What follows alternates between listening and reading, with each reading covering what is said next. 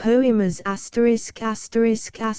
Edgar Allan Poe Poemas con un prologo de Ruben Dario Medallion Editor, Claudio Garcia Sarandi, 441-1919 Pinanos.imp. Indis prologo de Ruben Dario Poemas Annabel Lia mi madre para Ani el Dorado Eulalia un insueno la ciudad en el mar la durmiente balada nupcial el coliseo el gusano vencida Elena la ciencia la señorita *** la señorita ***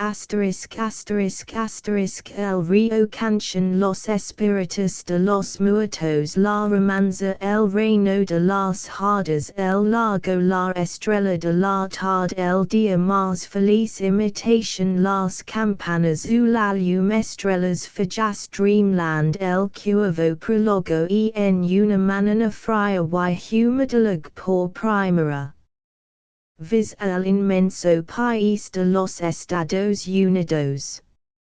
Iber el steamer despacio, y la sirena olabaroncamente por temor de un choque. Cuidabar atrás Fire Island con su erecto ferro, estábamos frente a Sandy Hook, de donde numbers salió el paso el barco de sanidad. El ladrante slang yankee cinnabar por todas partes. Bajo el paber de bandas y estrellas.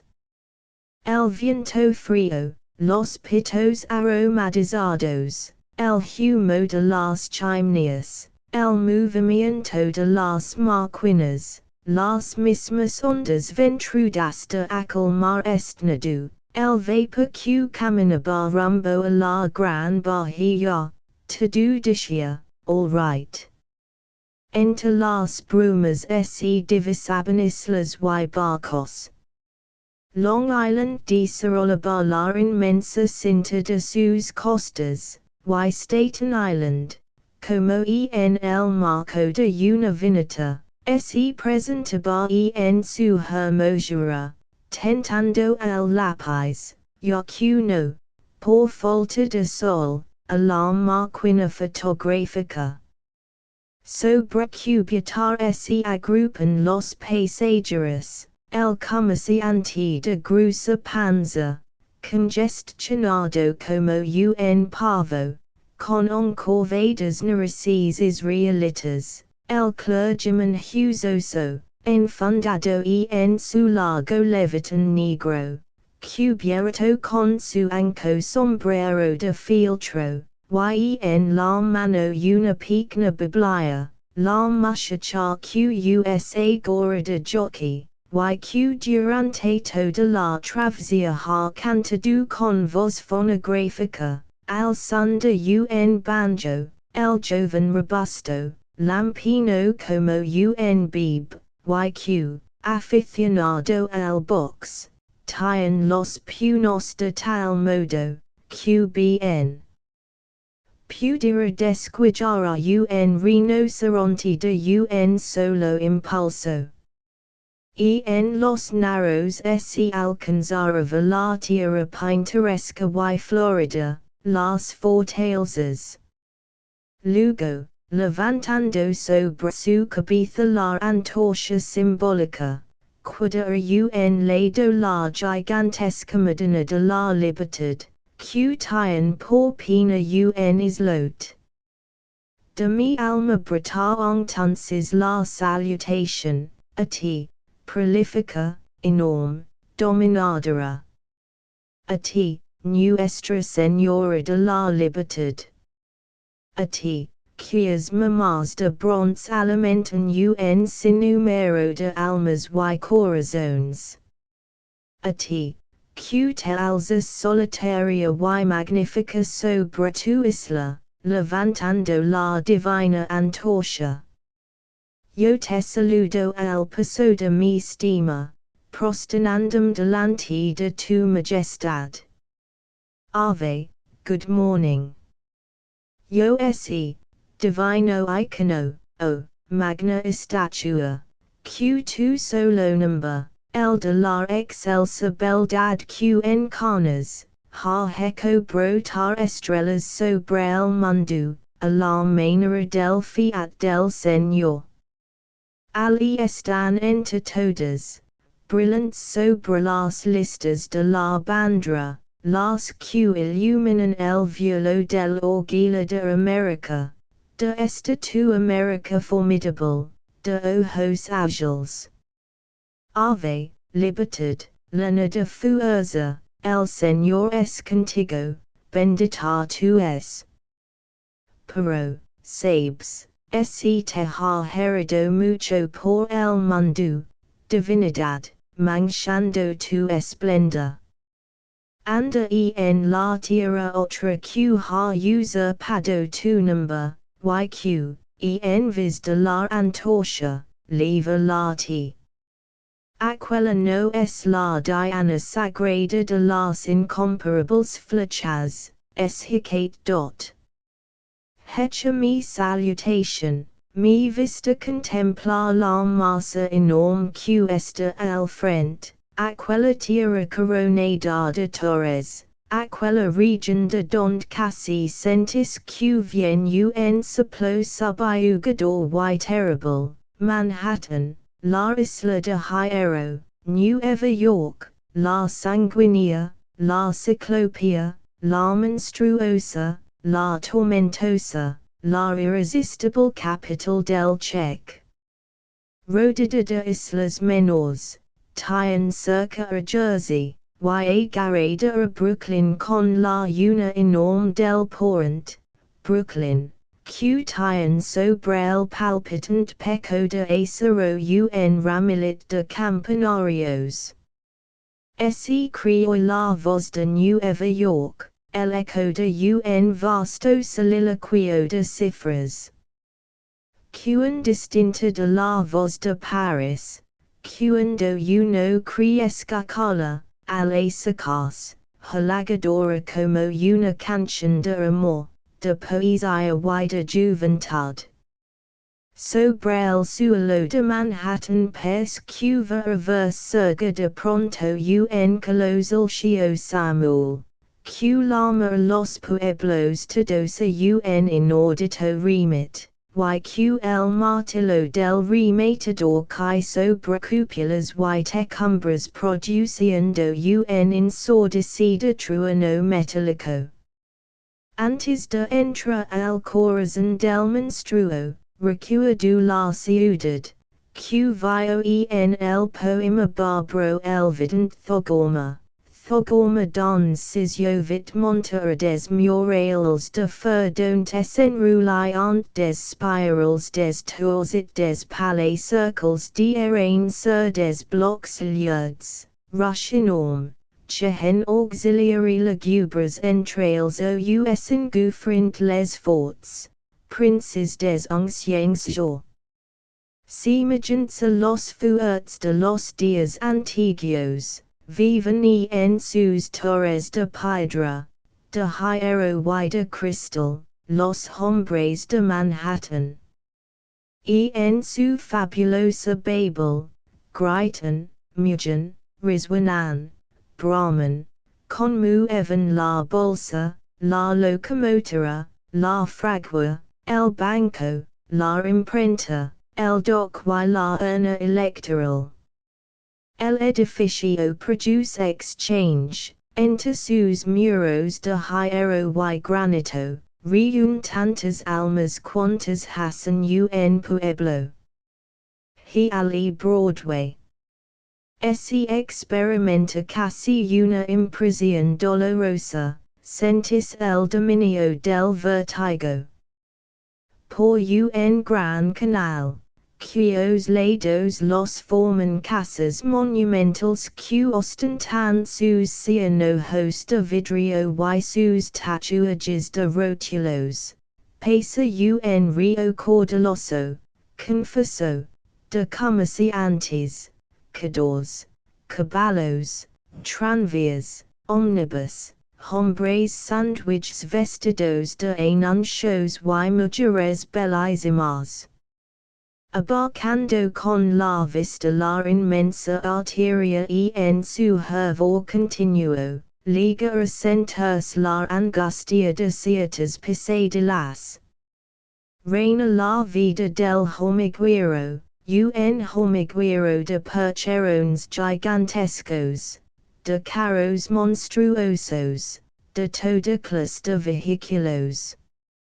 El vendedor de periódicos, rosa du Wiraisuano, solta como un gorrión, de tranvía en tranvía, y grita al pasajero in tan soon wood, lo que quiere decir, si gustáis comprar cualquiera de esos tus diarios, el Evening Telegram, el Sun o el World. El ruido es mareador y se siente en el aire una trepidación incesante, el repiqueteo de los cascos, el vuelo sonoro de las ruedas, pesa cada instante aumentas. Temerias a cada momento un choque, un fracaso, si no se conoces que este inmenso río que corre con una fuerza de alad, leva en sus ondas la exactitud de una máquina. En lo más intrincado de la muchedumbre, en lo más convulsivo y crespo de la ola en movimiento, sucede que una lady anciana, bajo su capota negra, o una miss rubia, o una nodriza con su bib, quiere pasar de una acera a otra. Un corpulento policeman alza la mano, detienes el torrent, pasa la dama, all right. Esos ciclopes, disgrasic, esos feroces calibanes, escribe Peladon. Tuvo razón el rosar el lama hacia estos hombres de la América del Norte. Caliban reina en la isla de Manhattan, en San Francisco, en Boston, en Washington, en todo el país. Ha conseguido establecer el imperio de la materia desde su estado misterioso con Edison, hasta la apoteosis del Puerco, en esa abrumadora ciudad de Chicago. Caliban se satura de whisky, como en el drama de Shakespeare de vino, se desarrolla y crece, y sin ser esclavo de ningún próspero, ni martirizado por ningún genio del engorda y se multiplica. Su nombre es legion. Por voluntad de Dios suele brotar de entre esos poderosos monstruos alcanza de superior naturaleza, que tienen de la eterna miranda de lo ideal. Entonces, Caliban mueve contra el Sicarax, y se la destierra o se la mata. Esto vio el mundo con Edgar Allan Poe. El cisne desdichado que mejor ha conocido el insueno y la muerte, porque vino tu imagen a mi memoria, Stella, alma, dulce reina mia, tan presto ida para siempre, el día en que, después de recorrer el herviente Broadway, me puse a leer los versos de Poe, que nombre de Edgar. Harmonioso y legendario, iniciera tan vaga y triste poesía, y he visto desfilar la procesión de sus castas enamoradas a través del polvo de plata de un místico insueno. Es porque tú eres hermana de las lilias virgins, cantadas en brumosa lengua inglesa por el sonado infeliz. Príncipe de los poetas malditos. Tú como ellas es lama del infinito amor.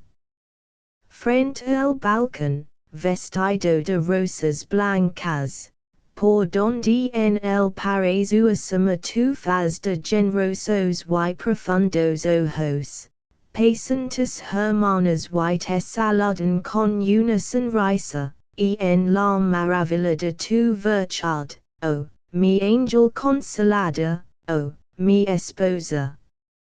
La primera que pasa es Irene, la dama brillante de palidez extraña, venida de Allah, de los Marialajanos, la segunda es Eulalia, la dulce Eulalia, de capelos de oro y ojos de violeta, que dirige al cielo su mirada, la tercera es Leonora, la madre así por los ángeles, joven y radiosa en el Eden distant, la otra es Francis, la amada que calma las penas con su recuerdo, la otra es Eulalia, que asombra en la nebulosa región de Weir, cerca del sombrío lago de Ober, la otra Helen, la que fu vista por la primera vez a la luz de perla de la luna, la otra Annie, la de los osculos y las caricias y oraciones por el adorado, la otra Annabel Lee, que amó con un amor envidia de los serafines del cielo, la otra Isabel, la de los amantes coloquios en la claridad luna, ligeia, y en fin, meditabunda, envuelta en un velo de extraterrestre esplendor. Ellas son, candido coro de ideals oceanados, quienes consuelan y enjugan la frente el lírico prometió amarado a la montana yankee, que cuavo, más cruel un que el bitter esquiliano, sentado sobre el busto de Palas, tortura el corazón del desdichado, apunalando con la monótona palabra de la desesperanza. Así tú para mí. Y en medio de los martirios de la vida, me refrescas y alientas con el air de tus alas. Porque si partiste en tu forma humana al viaje sin retorno, siento la venida de tu ser inmortal, cuando las fuerzas me faltan o cuando el dolor tiende hacia mí el negro arco. Entonces, alma, Stella, oigo sonar cerca de mí el oro invisible de tu escudo angelico. Tu nombre luminoso y simbólico surge en el cielo de mis noches como un incomparable guía, y por claridad inefable lavó el incienso y la mira a la cuna de la eterna esperanza. El hombre la influencia de Poe en el art universal ha sido suficientemente honda y transcendent para que su nombre y su obra no sean la continua recordados. Desde su muerte hacia, no hay no casi en que, ya en el libro o en la revista. No se ocupan del excelso poeta americano, críticos, ensayistas y poetas. La obrada iluminó la vida del hombre, nada puede aumentar la gloria del sonado maravilloso. Por cierto que la publicación de aquel libro, que a traducción a nuestra lenguaje que agrade al sistema, estaba destinada al grueso público. Es que en el número de los escogidos, de los aristócratas del espíritu, no estaba ya pasado en su propio vela, el odioso farrago del canino Griswold. La infame autopsia moral que se hizo del ilustre defunto debía tener esa bella protesta. Ha de ver el mundo libre de mancha al cisne inmaculado. Poe, como un aerial heco hombre, dirius que ha pasado su vida bajo el flotante influyo de un extraño misterio. Nacido en un país de vida práctica y material, la influencia del medio habrá en el contrario. De un país de cálculo brutal imaginación tan estupenda. El don mitológico pertenece en el porlejano atavismo, y ves en su poesía un claro rayo del país del sol y azul en que nacieron sus antepasados. Renace en el alma caballeresca de los la Poe alabados en las crónicas de Generaldo Gambrizio. Arnaldo la Poe lanza en la Irlanda de 1327 este terrible insulto al caballero Mauricio de Desmond, su un ramada dot. Por lo cual se impunan las espadas y se traba una reina, que es el prólogo de guerra sangrienta. 5 siglos después, un descendiente del provocativo Arnaldo, glorifica a su raza, erigido sobre el rico pedestal de la lengua inglesa, y en un nuevo mundo, el palacio de oro de sus rimas. El noble abolengo de Poe, ciertamente, no sino aquellos que tienen gusto de averiguar los efectos producidos por el país y el linaje en las peculiaridades mentales y constitucionales de los hombres de genio según las palabras de la noble Sir Whitman. Por lo demás, es el quien hoy vela y honra a todos los pastores protestantes, tendres, rentistas o mercachifles que llevan su apellido en la tierra del honorable padre de su patria Jorge Washington. Sabes que en el linaje del poeta hubo un bravo Sir Rogerio, que batalló en campaña de Strongbow, un asidu, Sir Arnaldo, que defendió a una lady, acusada de bruja, una mujer heroica y viril, la celebre condesa del tiempo de Cromwell, y pasado sobre enredos genealógicos antiguos, un general de los Estados Unidos, su abuelo. Después de todo, ese trágico, de historia tan extraña y romancesca, dio su prima vigido entre las coronas marchitas de una comediante, la cual le dio vida bajo el imperio del más ardiente amor. La pobre artista había cuidado jefana desde muy tierna edad. Amaba el teatro, era inteligente y bella, y de esa dulce gracia nació el pálido y melancólico visionario que dio al arte un mundo nuevo. Poe nació con el envidiable don de la belleza corporal.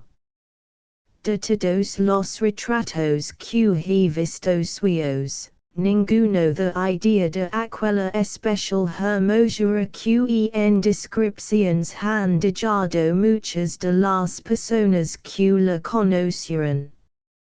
No hay duda que en toda la iconografía poeana, el retrato que debe representar el mejor es el que sirvió a Mr. Clarke para publicar un grabado que copiaba al poeta en el tiempo en que trabajaba en la empresa de aquel caballero.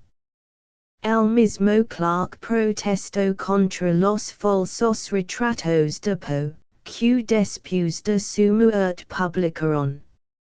Si no tanto como los que calumniaron su hermosa alma poética, los que disfiguran la belleza de su rostro son dignos de la más justa censura.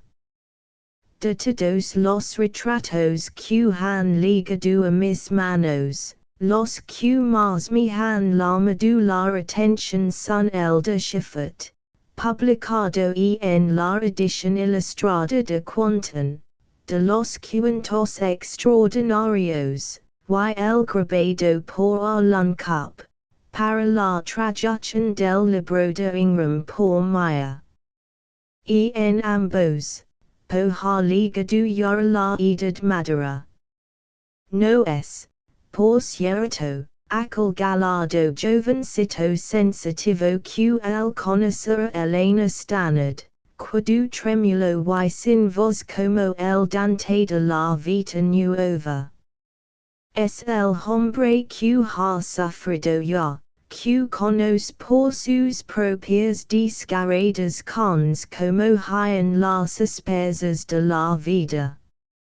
En el primero, el artista pensaba querido hacer una cabeza simbólica. En los ojos, casi ornitomorfos, en la expresión trágica del rostro, Schiffer ha intentado pintar al autor del cuervo, al visionario, al unhappy master, más que el hombre. En el segundo hay más realidad, esa mirada triste, de tristeza contagiosa, esa boca apretada. Es vago gesto de dolor y esa frente ancha y magnífica en donde se entroniza la palidez fatal del sufrimiento, pintan el desgraciado en sus días de mayor infortunio, quizá en los que precedieron a su muerte.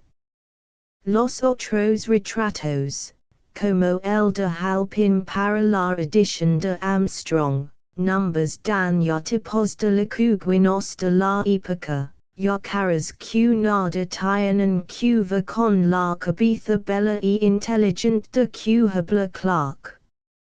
Nada más cierto que la observación de Gautier, Esra o que un poeta, dice, que un artista si conocido bajo su prima encantador aspecto.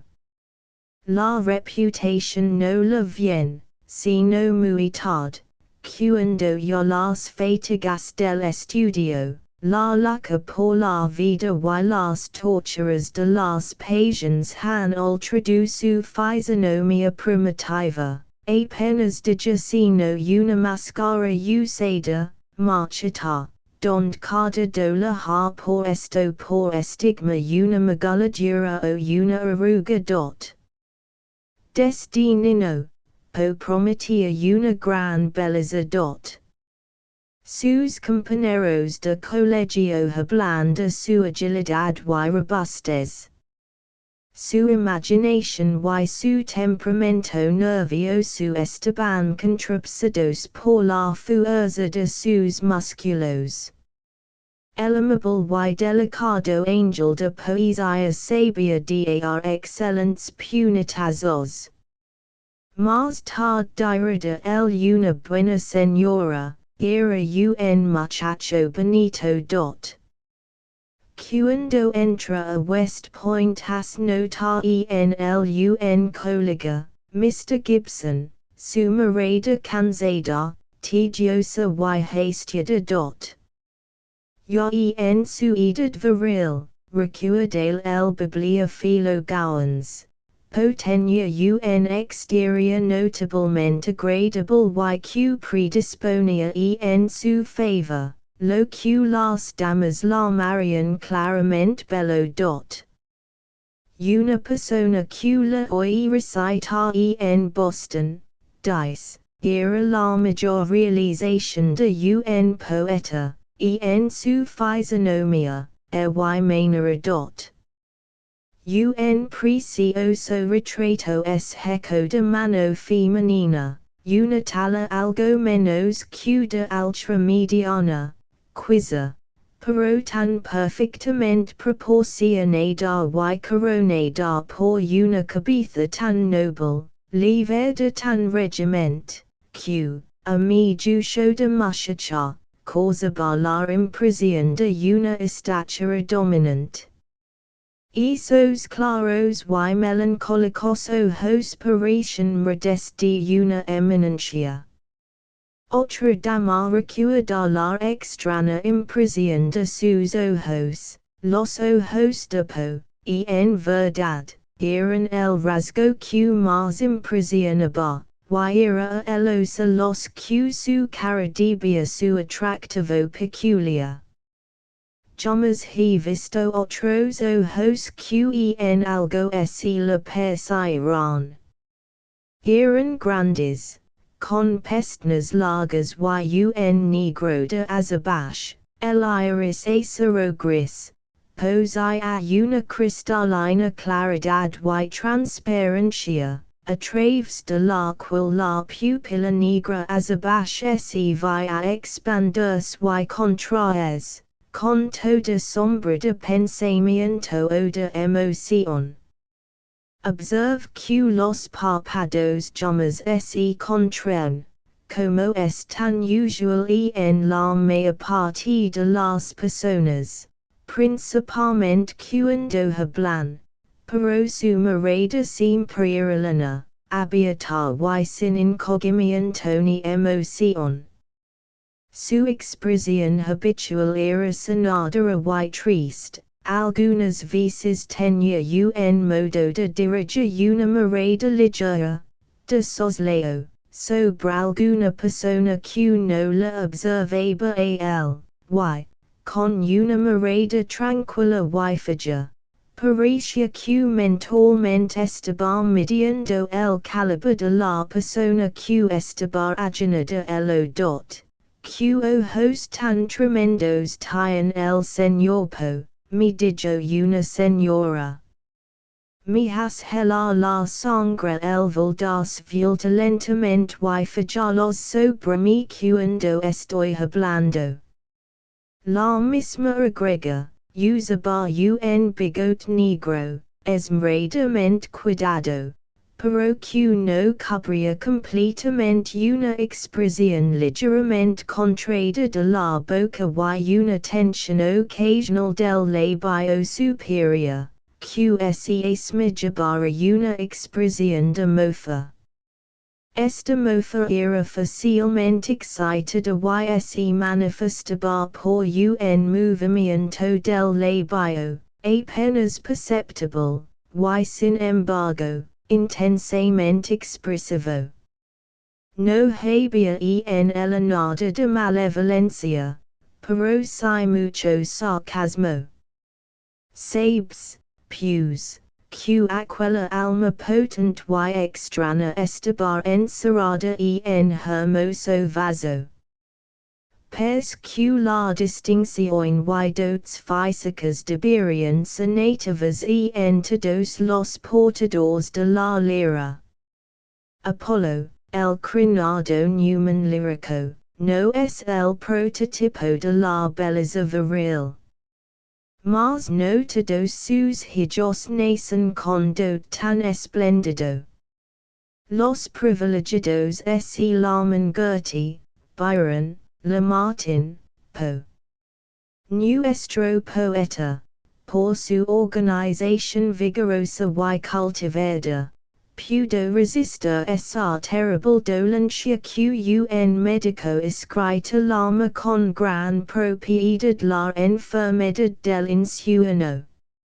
Era un sublime apasionado, un nervioso, uno de esos divinos semilocos necesarios para el progreso humano, lamentables cristas del arte, que por amor al eterno ideal tienen su col de la amadora, sus espinas y su cruz. Nació con la adorable llama de la poesía, y ella la alimentaba al propio tiempo que era su martirio. Destino quadujifano y la recagio un hombre que llamas padre conocer el valor intelectual de su hijo adoptivo. El senior Allan, que number pasara al porvenir al brillo del number del poeta, llamas pudo imaginarse que el pobre muchacho recitador de versos que alegraba las veladas de su home, fuis más tarde un egregio príncipe del arte. En perena el insueno desde la niñez. Cuando el viaje de su protector la lleva a Londres, la escuela del domin brondibes para él como un lugar fantástico que despierta en sus extrañas reminiscencias, después, en la fuerza de su genio. El recuerdo de aquella morada y del viejo profesor han de hacer producer una de sus subyugadoras páginas. Por una parte, posee en su fuerte cerebro la facultad musical, por otra, la fuerza matemática. Su insueno está poblado de quimeras y de cifras como la carta de un astrólogo. Vuelto a América, vemosle en la escuela de Clark, en Richmond, en donde al mismo tiempo que es neutra de clásicos y recitadas latinas, boquea y liga a ser algo como un champion estudiantil. En la carrera hubiera dejado atrás a Atalanta, y aspiraba a los lauros natatorios de Byron. Pero si brilla y discula intelectual y físicamente entre sus compañeros, los hijos de familia de la fofa aristocracia del lugar miran por encima del hombro al hijo de la cómica.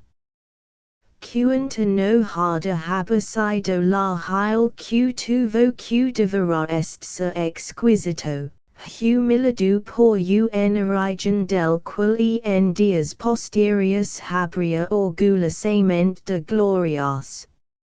Son esos primeros golpes los que empezaron a cincelar el pliego amigo y sarcástico de sus labios. Desde muy temprano conoció las excepciones del lobo racional. Por eso buscaba la comunicación con la naturaleza, tan sana y fortalecedora. Odio, sobre todo, y detesto este animal que es el alma hombre, escribía Swift a Poe. Poe, a su vez, habla de la mezquina amistad y de la fidelidad de Porfilo de Fruta, gossamer fidelity, del mero hombre. Ya en el libro de Job, Eliphas Themanita, exclama, cuanto más el hombre abominable y vil que vive como la inquietud. No busco el lírico americano el apoyo de la oración, no era creyente, o, al menos, su alma estaba alejada del misticismo. A lo cual the por razón James Russell lo que podría la más la matematicidad de su cerebración. Hasta su misterio es matemático para su propio espíritu. La ciencia impide al poeta penetrar y tenderlas en la atmósfera de las verdades ideales. Su necesidad de análisis, la condición algebraica de su fantasía, hace producer tristísimos efectos cuando numbers arrastra al borde de lo desconocido. La especulación filosófica nubló en el la fe, que debe reposa como todo poeta verdadero. En todas sus obras, si mal no recuerdo, solo unas dos veces está escrito el nombre de Cristo. Profesaba, si, la moral cristiana, y en cuanto a los destinos del hombre, crea en una ley divina, y en un fallo inexorable. Y en la equación dominaba la creencia, en lo referente a Dios y sus tributos. Pensaba con spinoza que las cosas invisibles y todo lo que es objeto del entendimiento no puede percibirse de otro modo que por los ojos de la demostración, olvidando la profunda afirmación filosófica, intellectus noster sic de habet. Ad prima entium qual sunt manifestissima in natura, sic et oculis vespertilianis ad solem. No crea en lo sobrenatural, segun confession propia, pero affirmaba que Dios, como crede de la naturaleza, pude, siquiera, modificarla. En la narración de la metempsychosis de la hay una definición de Dios, tomada de gran will, que se sustentada por Poe. Dios no es más que una gran voluntad que penetra todas las cosas por la naturaleza de su intensidad. Lo cual estaba dicho por Santo Tomás en estas palabras. Si las cosas mismas no determinan el fin para sí, porque desconocen la razón del fin, es necesario que se les determine el fin por otro que se determinada de la naturaleza. Este es el que previene todas las cosas, que es por sí mismo necesario, y est llamamos Dios. En la revelación magnética, avulta de divagaciones filosóficas, Mr. Vankirk, que, como casi todos los personajes de Poe, es Poe mismo, afirma la existencia de un Dios material, al cual llama materia suprema y imparticulada. Pero agrega, la materia imparticulada, o si Dios en estado de reposo, en lo que entra en nuestra comprensión, lo que los hombres llaman espíritu. En el diálogo entre oinos y gatos pretende sondear el misterio de la divina inteligencia. Así como en los demonios y una vida eros y charmian penetra en la desconocida sombra de la muerte, produciendo, como pocos, extraños vislumbres en su concepción del espíritu en el espacio y en el tiempo. Rubén Darío. Poemas traducción de Alberto Las Blazes Anabel Lee hacia bastantes años, en un reino más allá de la mar vivía una niña que podéis conocer con el nombre de Anabel Lee. Esa niña vivía sin ningún otro pensamiento que amar y ser amada por mí. Yo era un niño y ella era una niña en ese reino más allá de la mar, pero Annabel Lee y yo nos amábamos con un amor que era más que el amor, un amor tan poderoso que los serafines del cielo nos envidiaban, a ella y a mí. Y esa fue la razón por la cual, hacia bastante tiempo, en ese reino más allá de la mar un soplo descendió de una nube, y hello a mi bella Annabel Lee, de cierto que sus padres vinieron y se la llevaron lejos de mí para encerrarla en un sepulcro, en ese reino más allá de la mar. Los Angeles quen el silo no es exención ni la mitad de lo felices que éramos nosotros, numbers envidiaban nuestra alegría el mi. Hi pork, como cada uno lo sabe ni reino más ala de la ma, un soplo descendió desde la noche una nube, helando a mi Annabel Lee. Pero nuestro amor era más fuerte que el amor de aquellos que numbers aventajan en edad y en saber, y ni los ángeles del cielo ni los demonios de los abismos de la mar podrán separar jamás mi alma del alma de la bella Annabel Lee. Porque la luna jamás resplandece sin traer recuerdos de la bella Annabel Lee. Y cuando las estrellas se levantan, Criova brilla los ojos de la bella Annabel Lee, y se pasó largas noches tendido al lado de mi querida, mi vida y mi compañera, que está acostada en su sepulcro más ala de la mar, en su tumba, al bord de la mar quejumbrosa.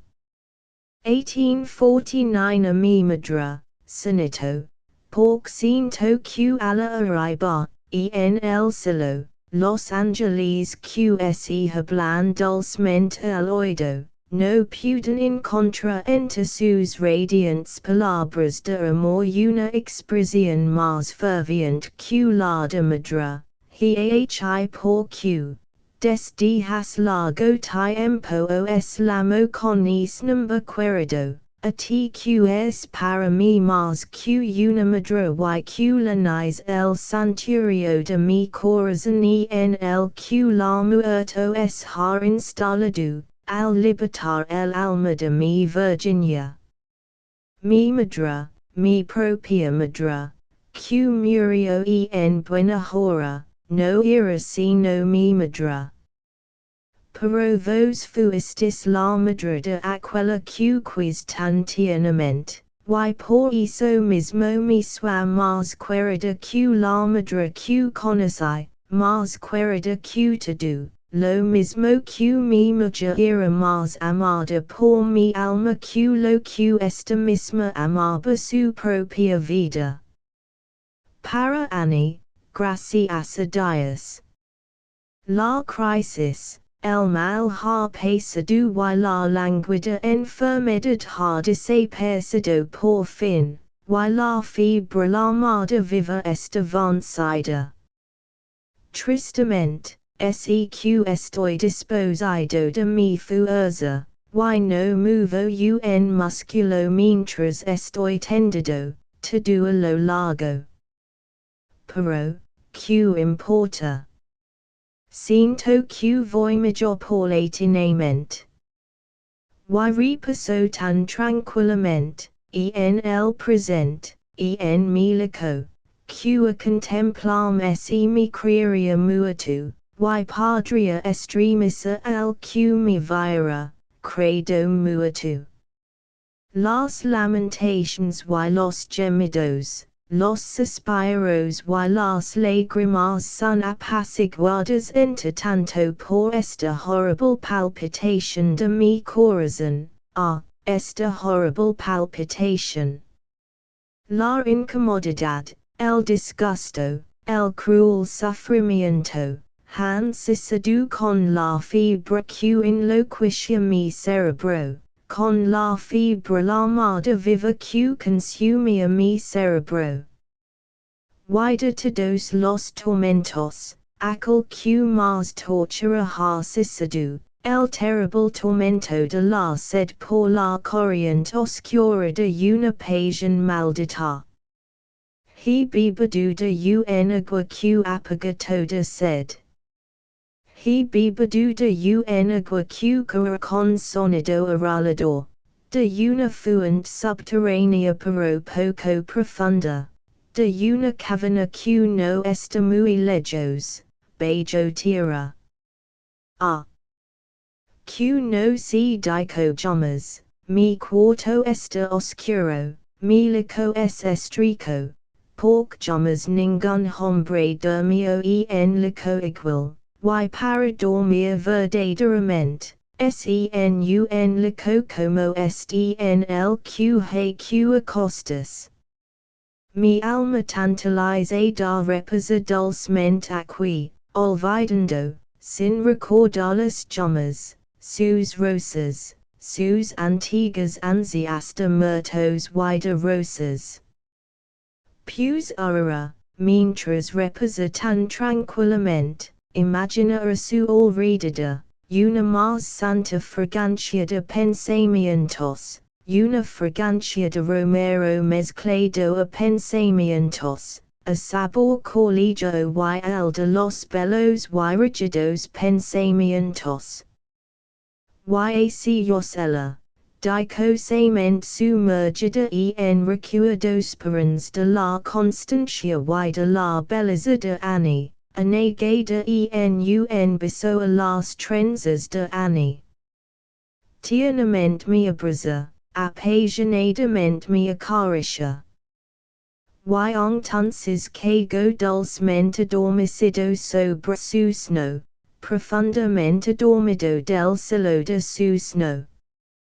Y así reposo tan tranquilamente en mi lico, conociendo su amor, que me cries muerto. Y así reposo, tan serenamente en mi lico, con su amor en mi corazón, que me cries muerto, que os extreme si el verme, credo muerto. Pero mi corazón es más brillante que todas las estrellas del cielo, porque brilla para Annie, abrasado por la luz del amor de mi Annie, por el recuerdo de los bellos ojos luminosos de mi Annie. 1849 El Dorado, brillantemente atavido, un galant caballero, viajó largo tiempo el sol y la sombra, cantando su canción, a la busca del El Dorado.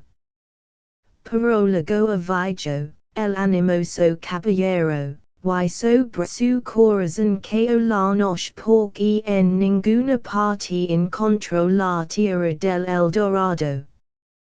Y al fin, cuando le faltaron las fuerzas, pudo hallar una sombra peregrina sombra, le pregunto, ¿dónde podría estar esa tierra del El Dorado? Más allá de las montañas de la luna, y en el fondo del veil de las sombras, cabalgad sin descanso, respondió la sombra, si buscáis el Dorado. 1849 Eulalia, vivía solo en un mundo de lamentations y mi alma era una onda estancada. Hasta que la bella y dulce Eulalia llegó a mi poderosa compañera, hasta que la joven Eulalia, la de los cabellos de oro, llegó a mi sonriente compañera. Ah. Las estrellas de la noche brillan bastante menos que los ojos de esa radiante nena. Y llamas giant de vapor emergido en un irresidue claro de luna, podrá compararse el bucle más discutido de la modesta Eulalia, podrá compararse el bucle más humilde y más discutido de Eulalia, la de los brillantes ojos. La duda y la pena no me invaden jamás, ahora. Porque su alma me entrega suspiro por suspiro. Y durante todo el día, hasta resplandece brillante y fuerte en el cielo, y en tanto que siempre hacia ella, mi querida Eulalia, levanta sus ojos de esposa, y en tanto que siempre hacia ella mi joven Eulalia eleva sus bellos ojos violetas. 1845 un insuano un insuano, recebid est biso en la frente. Y ara qos dijo, permitidme por lo menos confesar esto, no os agravies, vos q estime q mis dias han sido un insuano. Entretanto, si la esperanza se ha ido, en una noche en un dia, en una visiono en un sueño, se ha ido menos por eso. Todo lo que vemos o numbers pes, no es sino un insueño en un insueño. Me encuentro en medio de los bramidos de una costa atormentada por la resaca, y tengo en la mano granos de harina de oro. Un poco es. Y como se deslizan a través de mis dedos hacia el abismo, mientras laro. Dios mío. No puedo retenerlos en un nudo más seguro. Dios mío, no podrá salvar uno solo del cruel vacío. Todo lo que vemos o numbers pes no es otra cosa que un insueño en un insueño. 1849 La ciudad en el march, vid. La muerte se ha erigido un trono, en una extraña ciudad que se levanta, solitaria, muy lejos, en el sombrío occidente, donde los buenos y los malos, los peores y los mejores han ido hacia la paz eterna. Allí los templos, los palacios y las torres carcomidas por el tiempo, y que no tiemblan nunca, no se parecen en nada las nuestras. A su alrededor, olvidadas por los vientos que no las agitan llamas resignadas bajo los cielos, reposan las aguas melancólicas. Desde el cielo sagrado, ningún rayo desciende en la negra noche de esa ciudad, pero un resplandor reflejado por la lívida mar, invade las torres, brilla silenciosamente sobre las almenas, a lo hondo y a lo largo, sobre las cúpulas, sobre las cimas, sobre los palacios reales, sobre los templos, sobre las murallas babilónicas, sobre la soledad sombría y desde largo tiempo abandonada, de los macizos de hidra esculpida y de flores de piedra, sobre tanto y tanto templo maravilloso en quios frisos. Contornados se entrelazan claveles, violetas y venas. Bajo el cielo, resignadas, reposan las aguas melancólicas. Las torres y las sombras se confunden de tal modo que todo parece suspendido en el aire, mientras que desde una torre orgullosa, la muerte como un espectro gigante, contempla la ciudad curiosa a sus pies. Ala los templos abiertos y las tumbas sin los arbustos en el nivel de las aguas luminosas, pero ni las requisas que se muestran en los ojos adamantados de cada ídolo, ni los cadáveres con sus rentes adornos de joyas, quitan a las aguas de su licor, ninguna ondulación arruga, de mí. Todo es vasto desierto de cristal, ninguna ola indica que los vientos puedan existir sobre otros mares lejanos y más felices, ninguna ola, ninguna olidija supona que han existido vientos sobre más menos horrorosamente serenos. Pero, hiqun estremecimiento agitar una onda, un movimiento se ha producido, a la abajo. Se diría que las torres se han bamboleado y se hunden, dulcemente, en la onda taciturna, como si las chimas hubieran producido un ligero vacío en el cielo brumoso. Entonces las ondas tienen una luz más roja, las horas transcurren sordas y languidas. Y cuando en medio de gemidos que no tengan nada de terrestres, esta ciudad se engolida por fin y profundamente fallada bajo la mar, todavía, levantando sobre sus 1000 tronos, el infierno le rendirá homenage. 1845 la durmiente, en el mes de junio, a medianoche me encuentro bajo la mística luna.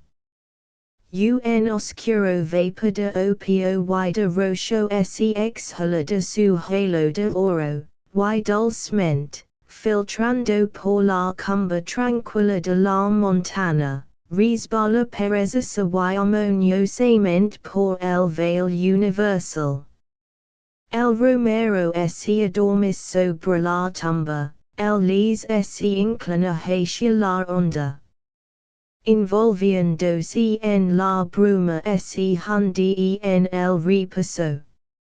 Ved, como perdido el lecho, el largo persidormisa se sabiendas y por nada del mundo quisiera despertar.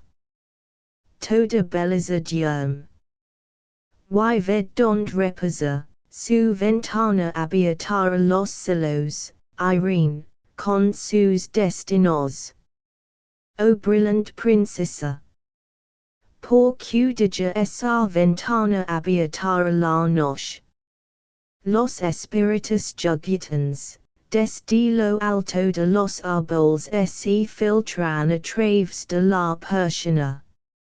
Los seres incorpóreos, turba de magos, revolotean a través de la cámara y hacen flotar las cortinas del dosel, tan fantásticamente, tan timidamente, por encima de tu párpado cerrado y franjedo, bajo el cual se esconde tu alma adormecida, que sobre el piso, al pie del muro, sus sombras se levantan y descienden como una ronda de fantasmas.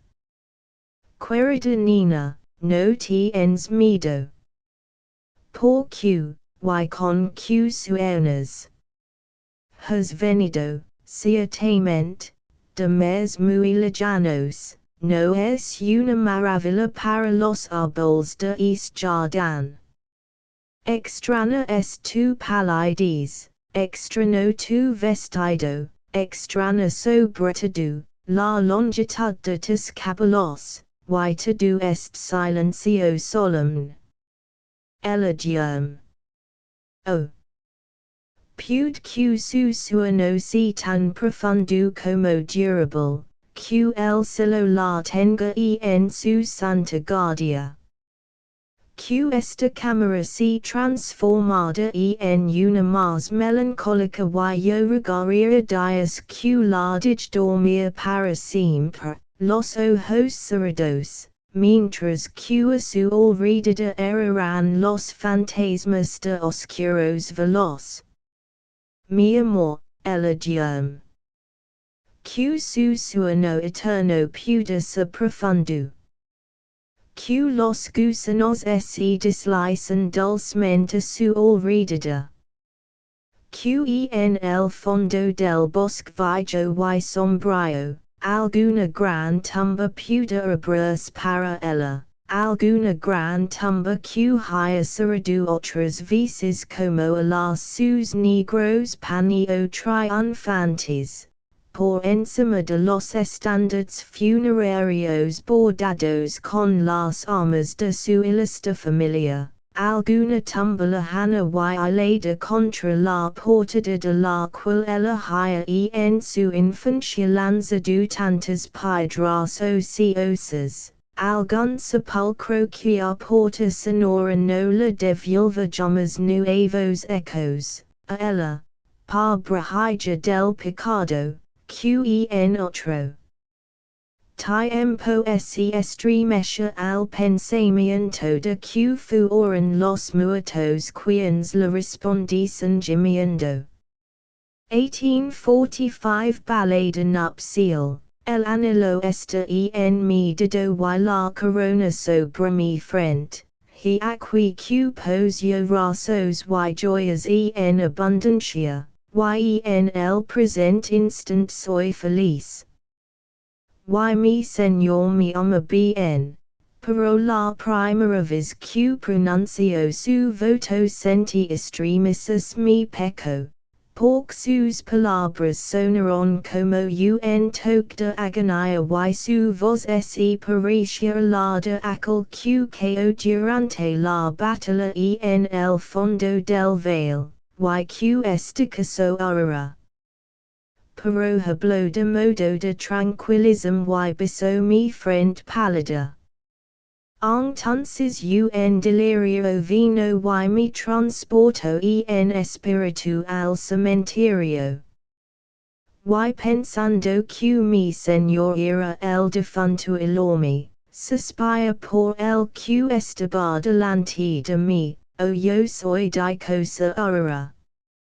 Así fueron pronunciadas las palabras, y así fue empeñado el juramento. Y aunque mi fse haya apagado, y aunque mi corazón luego quebras, he la de prenda que prueba que soy dichosa siempre. Queradias que pude despertar. Porque sueno no se como. Y mi alma se agita dolorosamente en el temor de haber hecho mal, en el temor de ligar a saber que el muerto abandonado no es feliz ahora. 1845 El Coliseo, símbolo de la Roma antigua. Suntuoso relicario de sublimes contemplations ligadas al tiempo por difuntos siglos de pompa y de poderío. Al fin, después de tantos días de fatigante peregrinaje y de ardiente sed de corrientes de la ciencia que yo siento, yo, hombre transformado, me arrodillo humildemente entre tus sombras y bebo del fondo mismo de mi alma tu grandeza, tu tristeza y tu gloria. Inmensidad, y edad, y recuerdos de antes. Silencio y desolación y profunda noche. Os percibo ahora y os siento en toda vuestra fuerza. Os sortilegios más eficaces que aquelos que el rey de Judea enseñó en los jardines de Gethsemane. O encantos más poderosos que los que la caldera encantada arrancó llamas a las tranquilas estrellas. Aquí, en donde cayó un hero, cae una columna. Aquí, en donde el orgullo teatral brillaba, cubierta de oro, el oscuro murciélago a su aquelarre medianoche. Aquí, en donde la caballería de las damas romanas flotaba al viento, se balancean ahora el cardo y la cana. Aquí, en donde el monarca se inclinaba sobre su trono de oro, el ágil y silencioso lagarto se desliza como un espectro hacia su casa de mármol, al pálido resplandor del creciente luna. Pero, hoy. Esos muros, esas arcadas revestidas de hiedra, esos zócalos musgosos, esas columnas ennegrecidas, esos vagos reliefs, esos frisos ruinosos, esas cornices rotas, es naufragio, esa ruina, esas piedras grises, a. Es esto todo que queda de famoso vida colosal. Es esto todo que las horas corrosivas han perdonado, todo que los numbers han dejado al destino y a mí. No. No es todo, me responden los ecos, no es todo. Voces fuertes y proféticas se levantan para siempre en nosotros y en toda ruina la intención de los sabios, persedas a los himnos de Memnon al sol. Reinamos en los corazones de los hombres más poderosos, reinamos con despótico imperio sobre todas las almas gigantes. No somos impotentes nosotros, pálidas piedras. Todo nuestro poderío no ha desaparecido, ni toda nuestra gloria, ni todo el prestigio de nuestro alto renombre, ni todo lo maravilloso que numbers circunda, ni todos los misterios que moran en nosotros, ni todos los recuerdos que se prenden en nuestros flacos como un vestido, envolviéndonos con un manto que es más que la gloria. 1833 El gusano vencido, ved, es nuestra gala en estos últimos años solitarios. Una multitud de ángeles alados, adornados con velos y anegados en lágrimas, se la reunida en un teatro para contemplar un drama de esperanzas y de temores mientras la orquesta suspira por intervalos la música de las esferas. Actors credos a la imagen del Altísimo, murmuran en voz baja y soltan de un lado al otro, pobres fantasías que van y vienen a órdenes de vastas criaturas informes que cambian la decoración a su capricho, sacudiendo con sus alas de condor la invisible desgracia. Este drama abigarrado, estad seguro que no será olvidado. Con su fantasma perseguido siempre por una muchedumbre que no puede atraparlo, en un círculo que gira siempre sobre sí mismo y vuelve sin cesar al mismo punto, es drama en el cual forman el alma de la intriga mucha locura y todavía más pecado y horror, pero ved. A través de la bula de los actores como una forma rampante a su entrada. Una cosa roja, color sanguinolento viene retrocediendo de la parte solitaria de la escena. Como se rituas. Con mortales angustias los actores constituyen su presa. Y los ángeles solos han viendo esas mandíbulas de gusano tenerse en sangre humana. Todas las luces se apagan, todas. Sobre cada forma todavía tiritante, el telón, como un pano mortuorio, desciende con un ruido de tempestad. Y los ángeles, todos pálidos y maculentos se levantan y cubriéndose afirman que es drama es una tragedia que se llama el hombre de la cual el hero es el gusano vencido. 1838 Elena, Tu beleza es para mí como esas barcas nicianas de otro tiempo que sobre una mar profunda levaban dulcemente el viaje, cansado, hacia su ribera natal. Largo tiempo habituado a era sobre mares desesperados, tu caballería Jacinto, tu clásico perfil. Tus cantos de Nayad me han transportado al corazón de aquella gloria que fu la Grecia, de aquella grandeza que fu Roma, oh. A la abajo, en la esplendida abertura de esa ventana, como es persida una estatua, de pie, tu lámpara de agata en la mano.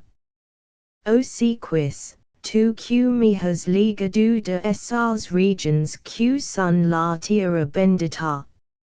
1831 La ciencia sanito, o ciencia.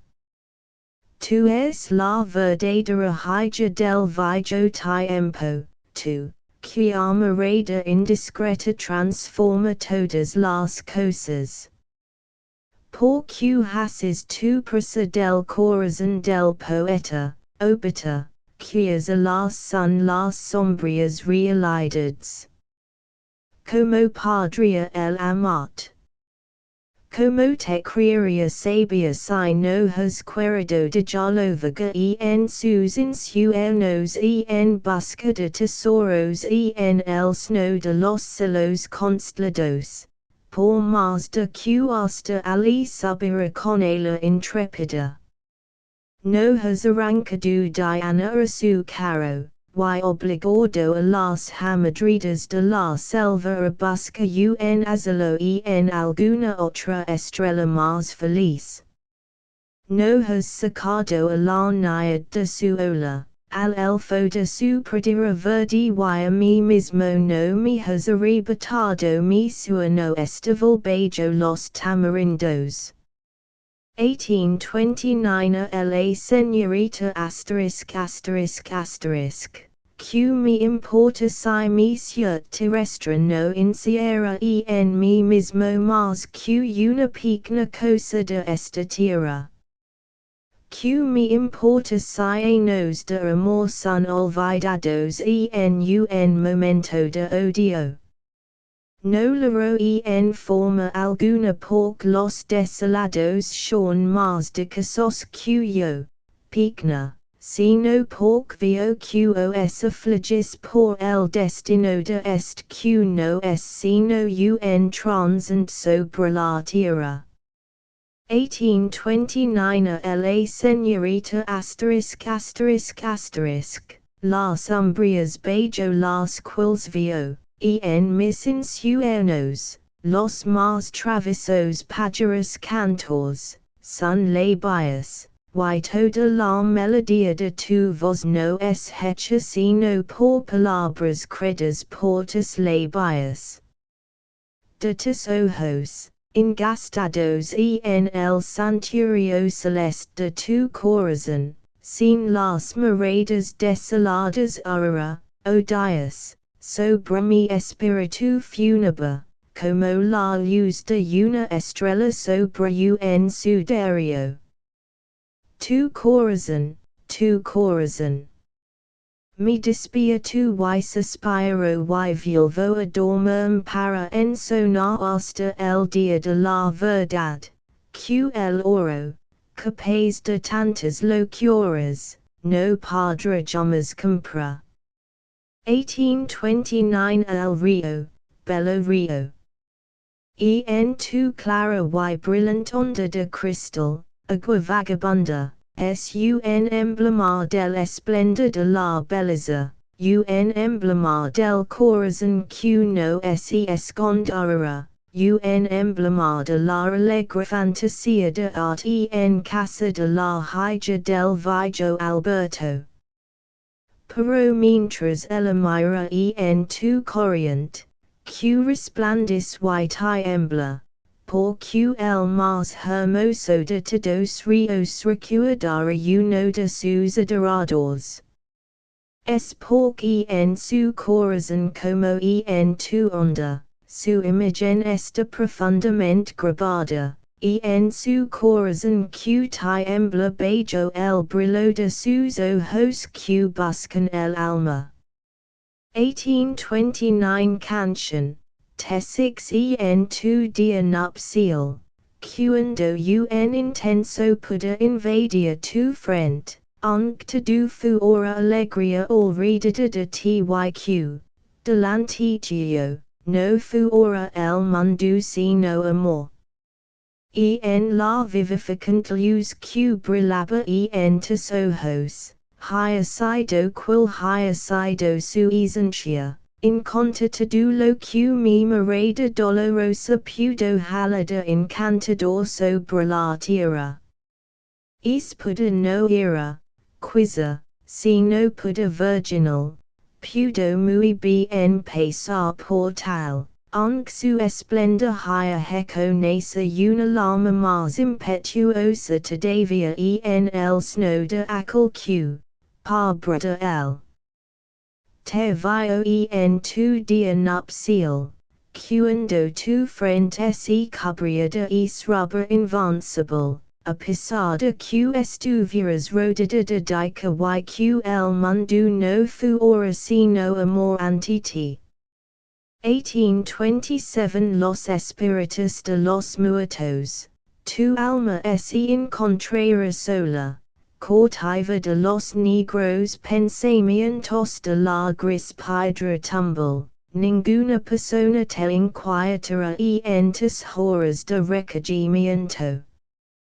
Quedate silenciosamente en esa soledad que no es abandono, porque los espíritus de los muertos que existieron antes que tú en la vida, te alcanzaron y te rodearon en la muerte, y la sombra proyectada sobre tu cara obedecerá a su voluntad, por lo tanto, permaneces tranquilo.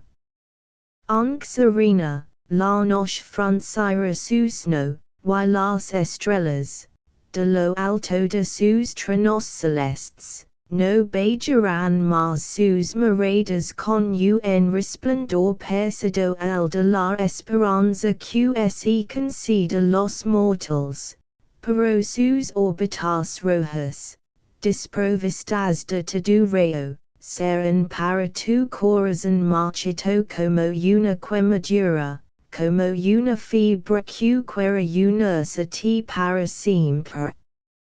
Ahora, te visitan pensamientos que no ahuyentarás jamás. Ahora surgen ante ti visions que no se desvanecerán jamás. Jamás ellas digerán tu espíritu, pero se fijarán como gotas de rocío sobre la hierba. La brisa, esa respiración de Dios, reposa inmóvil, y la bruma que se extiende como una sombra sobre la colina, como una sombra que ovalo no se ha descarado todavía, resulta se un símbolo y un signo.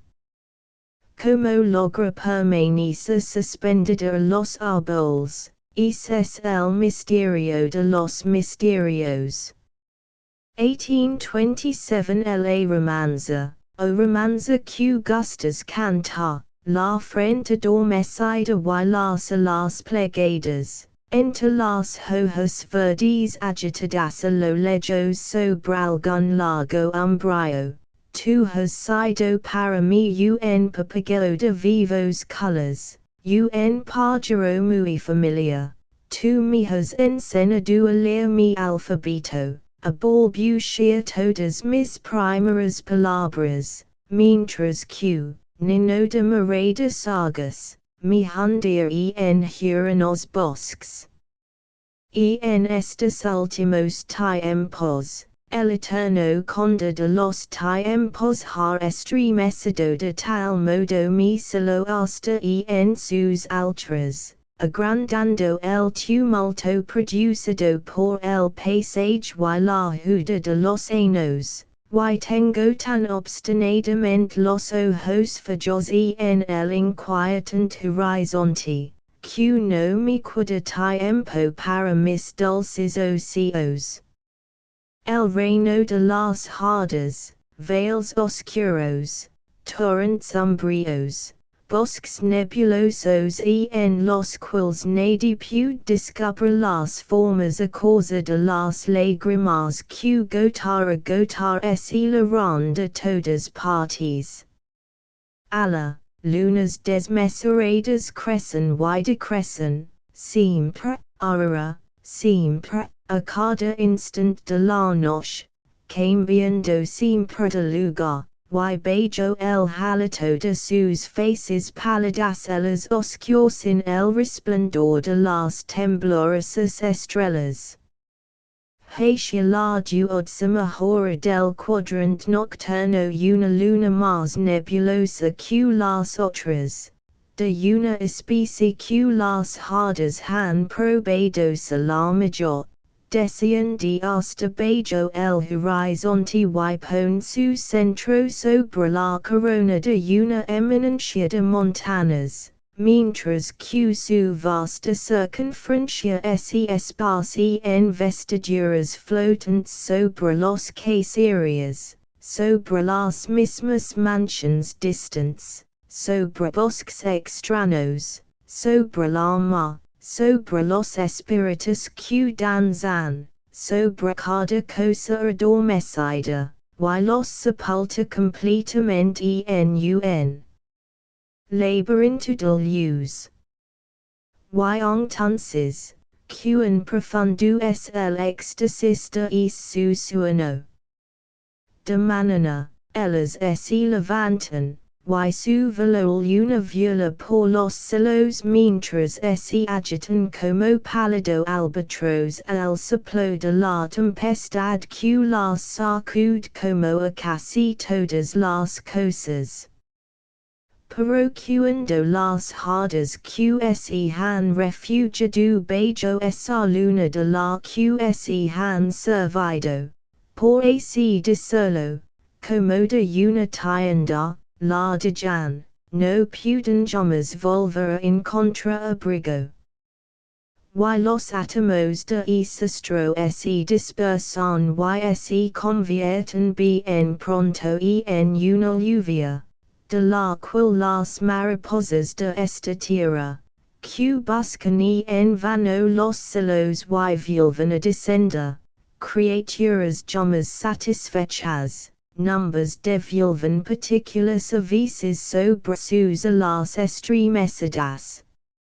1831 El largo, en la primavera de mi juventud, fu mi destino no frecuentada todo el vasto mundo sino un solo lugar que amaba más que todos los otros. Tanta era de amable la soledad de su lago salvaje, rodeado por negros penascos y de altos pinos que dominaban sus alrededores. Pero cuando la noche tendía su sudario sobre ese lugar como sobre todas las cosas, y se agregaba el místico viento murmurando su melodía, entonces, entonces se despertaba siempre en mí el terror por ese lago solitario. Y sin embargo ese terror no era miedo, sino una turbación deliciosa, un sentimiento que ninguna mina de piedras preciosas podría inspirarme con vida definir, ni el amor mismo, aunque se morfu ora el tuyo.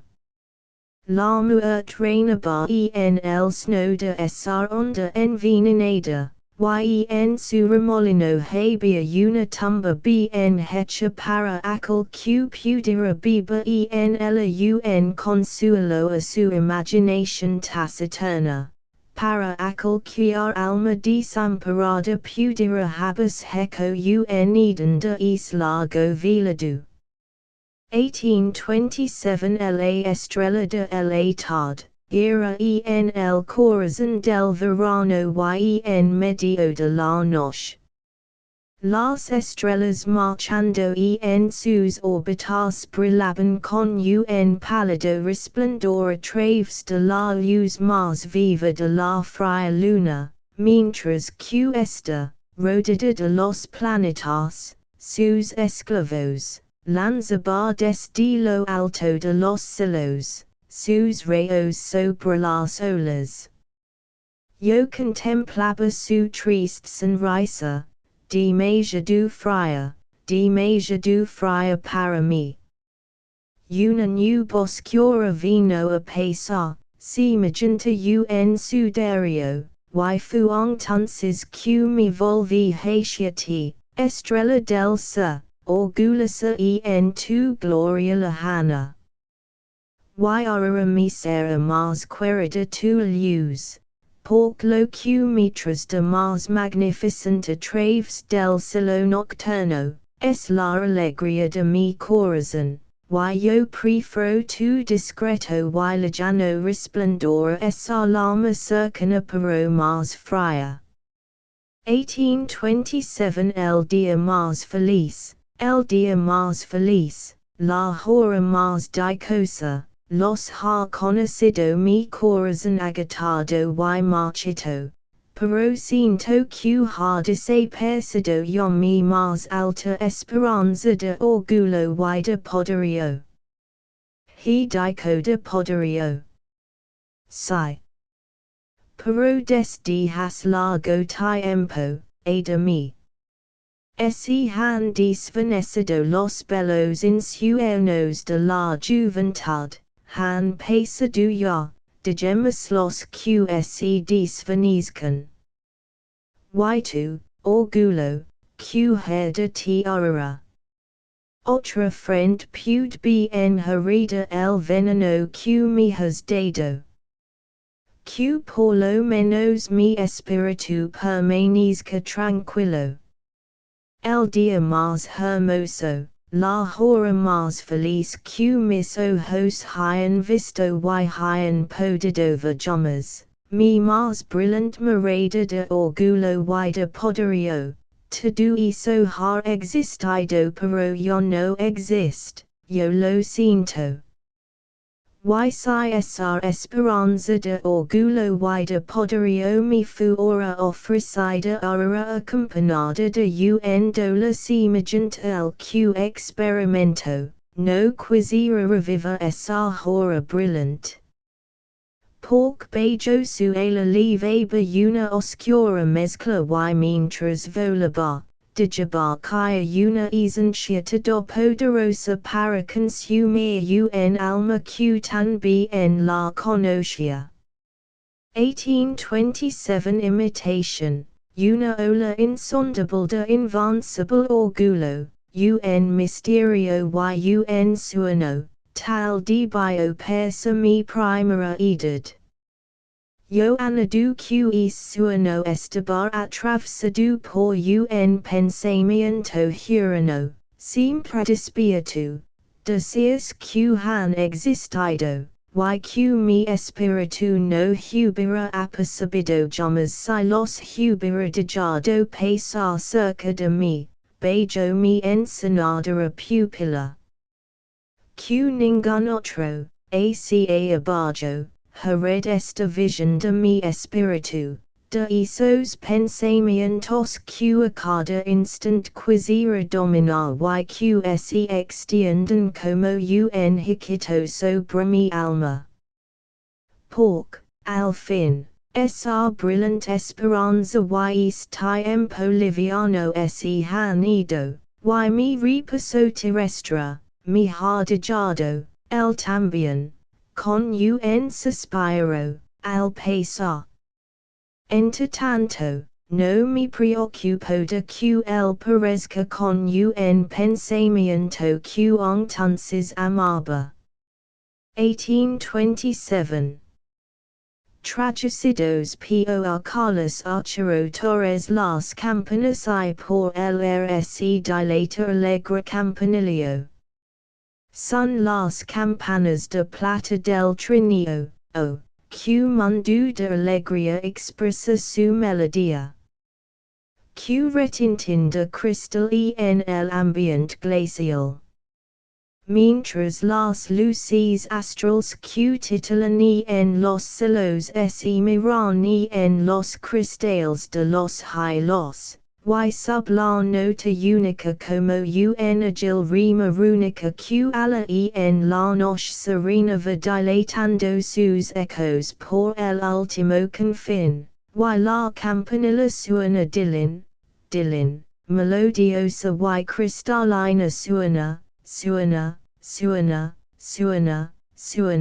suena la nota agil y argentina con metálico y alegre y limpido retintin. Tu escuchad. Un dulce coro puebla la atmósfera toda, son las campanas de oro de la boda. Q mundo de venturans a la placida nota lanza su voz como una caricia o como un suave reproche desgrana en la carmenoche las perlas de su delicia. Son las horas notas una fuente de ledo murmalo o el enamorado aralo de la tortola, la luna en la dormida laguna viet moradas de plata. En el éter en las linfas palpita la serenata, como en el air flota la oranota. Como brata, quil dice la dica ignota, en el balsamico effluvio de noche primaveral. Un dulce un sonoro, din dan, es el coro, din dan, de la campana de oro, en su lengua musical celebrando el misterio de la noche nupcial. 3 turba el nocturno sosiego subitar alarma, entonces a gran campana de bronce toca a fuego. Terrifica pavura la siniestra nota augura. Desesperado rugo desgarrador y tenas el rojo elemento sigo cada instant más frenético, cada instant más veraz. En indescriptible pánico el cataclismo volcánico con rodo impulso titánico avanza, la campanada alarido esta terra, sigue el bronce con su clamoroso estruendo diciendo quil cruz el peligro horrendo, quil se inflama la llama, y la luna como forma de sangriento tabernáculo, alumbra el rojo espectáculo en su fantástico horror. El bronce alarmante clama como se extiende la injuria del incendio y crece en furia, ya lo cura el pava. Bajo celos escarlatas se extiende inflamado manto, el espanto en tanto cruz, y sigue la campana de su rebato el clama. En es rebato almigro, dan, cruz el estrago flamígero, dan, al son violento que dan las campanas de la torre que tocando a fuego están.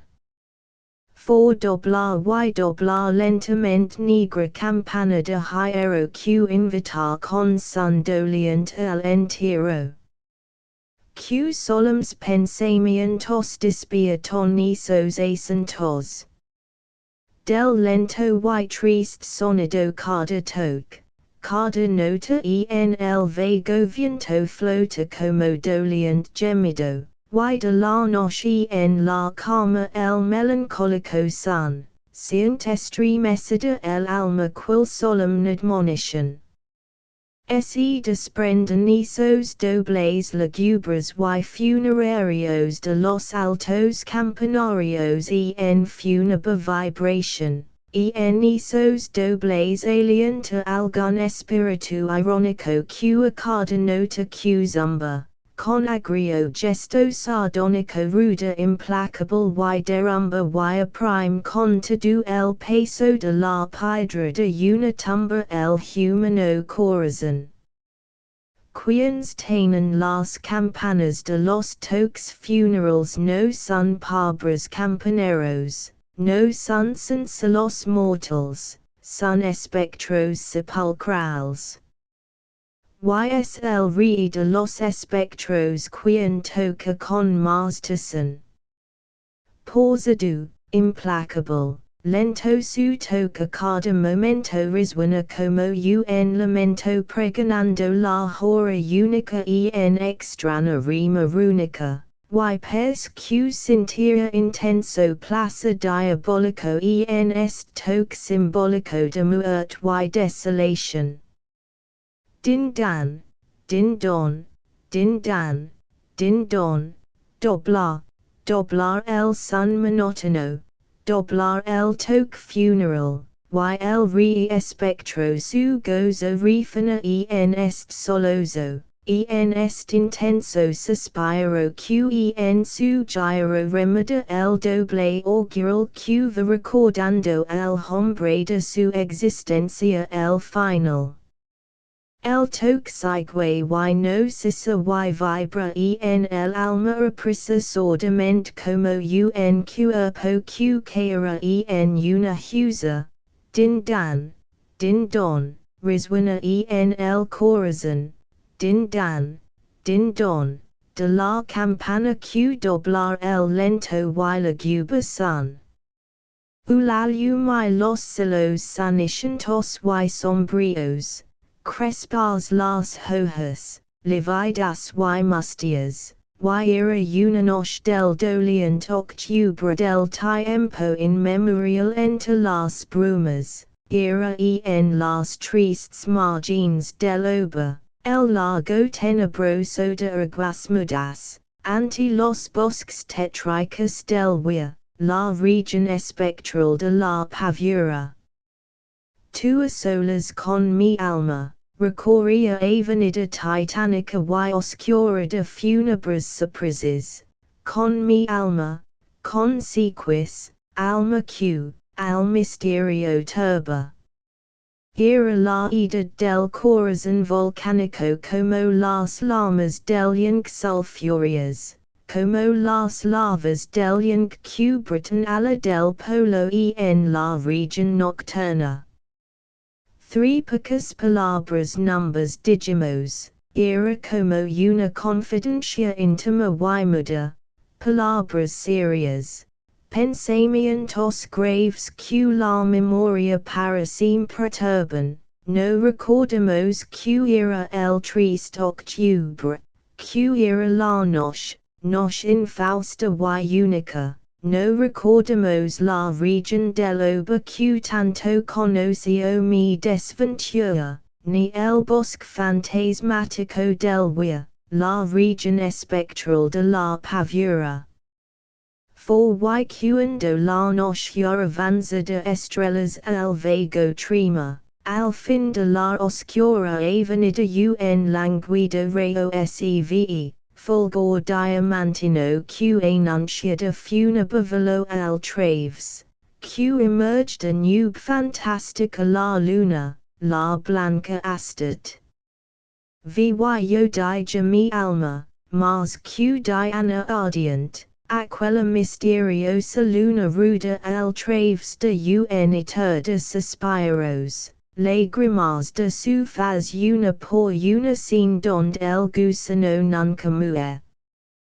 Para mostrarnos la celeste ruta y el alma imperio de la paz leti atrás de yo el león y en las alturas, del león las estrellas traspasando, del león a despejo. Ora numbers busca y sus moradas limpidas y dulces son las moradas que el amor anuncian.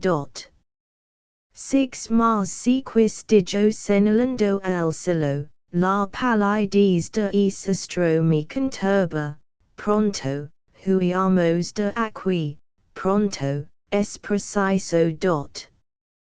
Y de sus las recogió las plumas con intenso terror, y solazando, presa de pronto de invincible angustia plegó las alas, hasta el polvo frío lentas dejando descender las plumas. 7 Y yo le dije, tu terror es vano, sigamos esa luz tremula y pura, que numbers banan sus rayos cristalinos, sus rayos sibilinos que ya auguran y irradian la belleza y la esperanza. Mira, la senda de los cielos busca, sigamos sin temor sus limpios rayos que elosa playa liberan segura, sigamos esa luz limpia y tranquila a través de la bóveda cerulean. 8 Tranquilis a mi sequis, y besándola, de su mente part las inquietudes y sus zozobras disipe profundas, y convencela que seguirá pude. Ligamos hasta el fin, ojalá nunca ligara. Al fin de la avenida Laguba numbers detuvo la porta de una tumba, triste noche del lejano octubre, numbers detuvo la losa de una tumba, de legendario monumento fúnebre. Hermana, dije, que inscripción confusa en la celada losa se descubre. Respondió, Eulalium, esta es su tumba, la tumba de tu pálida Eulalium.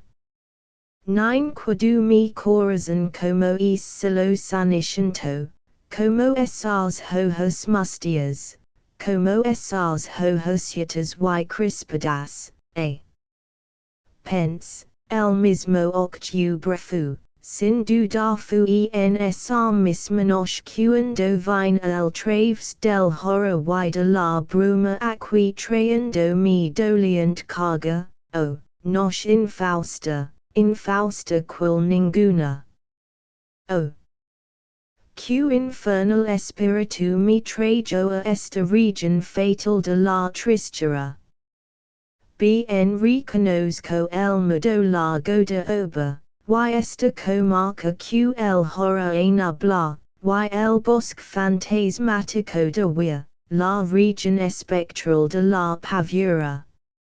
Estrellas fijas, tu Helen, it 6 punto, era una noche de julio, noche tibia y perfumada, noche diafana, de la luna plena y limpida, limpida como tu alma, descendían sobre el parque adormecido grises veloz de plata, ni una ráfaga el infinito silencio y la quietud perturbaban, y en el parque evaporaban las rosas los perfumes de sus almas, para que los recogieras en aquella noche mágica. Para que tú lo aspiraras su último aliento exhalaban, como en una muerte extática, y era una selva encantada, y era una noche de ensueños y claridades fantásticas.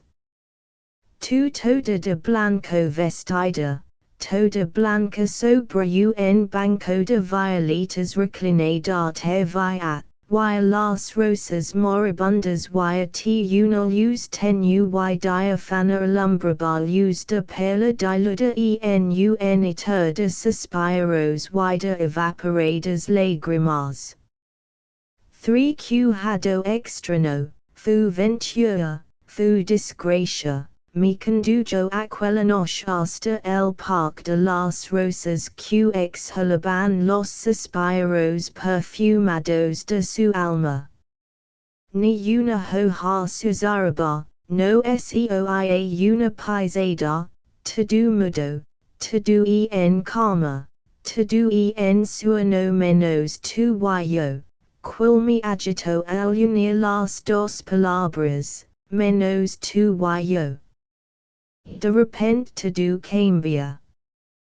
De la luna la luz limpida, la luz de pela se apaga, el perfume de las rosas muere en las dormidas horas, los cendros se oscuros expiran las violas castas, menos tu yo, te do huy, te do muer, te do pesa, te do se apaga se extingui menos tus hondas moradas. Tus dos ojos donde tu alma.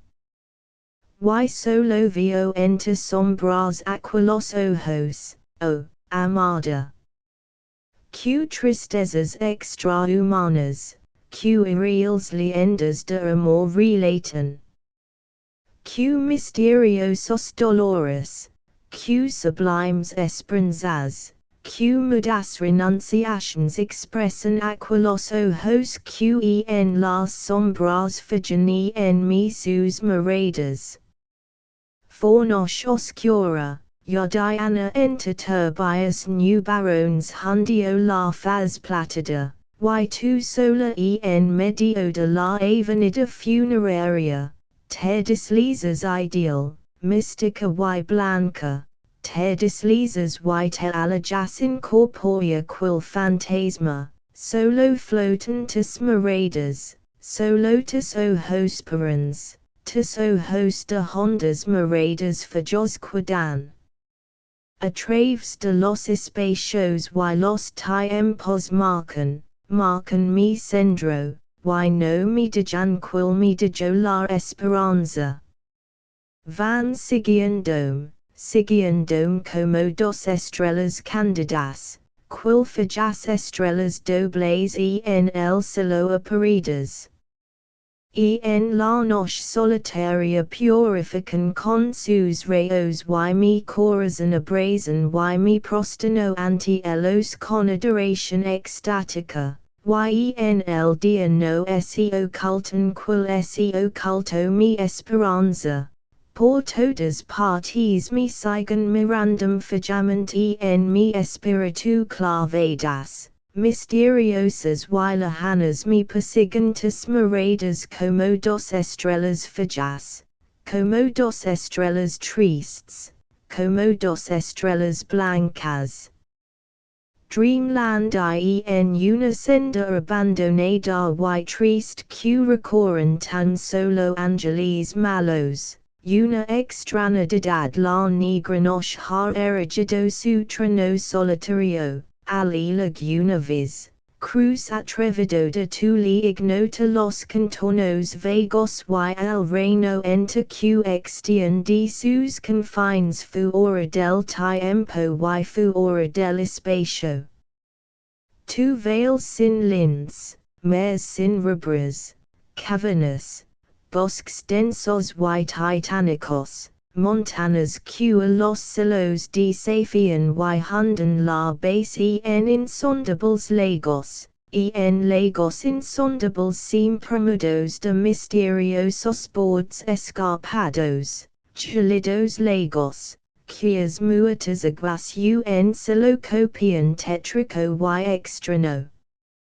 3 orillas de esos lagos que reflejan siempre en cielo fatídico y hurano cerca de aquelos bosques gigantescos, enfrente de esos negros océanos, al pie de aquelos montes formidables, de esas cavernas en los hondos antros, vence a veces fantasmas silenciosos que pasan a lo lejos solazando. Funebres y dolientes, son aquelos amigos que por siempre numbers dijeron, caros amigos para siempre dos, fuera del tiempo y fuera del espacio. For para el alma nutrida de pesares, para el transito corazón, acaso es el asilo de la paz suprema. Del reposo y la calma en el dorado. Pero el viaje que azarado cruza la region no contempla sin espantos que los mortals ojos sus misterios perennemente seguirán celados. Así lo que la edad sombría que tiene ali su imperio incontrastado. Vi por esa senda desolada y triste que recorren tan solo ángeles malos. Senda fatal donde la Dios nos ha erigido su trono solitario, donde la inexplorada, altima tuli esfuma y en sombras sus contornos vagos, con el alma abrumada de pesares, transido el corazón, he pasado en pos de los que huyeron fuera del tiempo y fuera del espacio. El cuervo trajecido por peril bonaldo una fosca medianoche, cuando en tristes reflections, sobre más de un rao in folio de olvidados cronicones inclinabarse en oliento la cabeza. De repente me porta o lama, como si alguien, suavemente, se puses con tal mano tímida atacar, me dije, una visita que la mando esta a mi porta, eso es todo, y nada más, bien claro lo recuerdo, era el crudo mes del hilo. Y su espectro cada brasa moribunda enviaba al suelo. Quen anchoso el nuevo dia de Seba, en la lectura procurando en vano la tregua la honda desventura de la muerte de Leonora, la radiante, la sin par virgen pura a quien Leonora las querubs la mejora yo sin number, nunca más.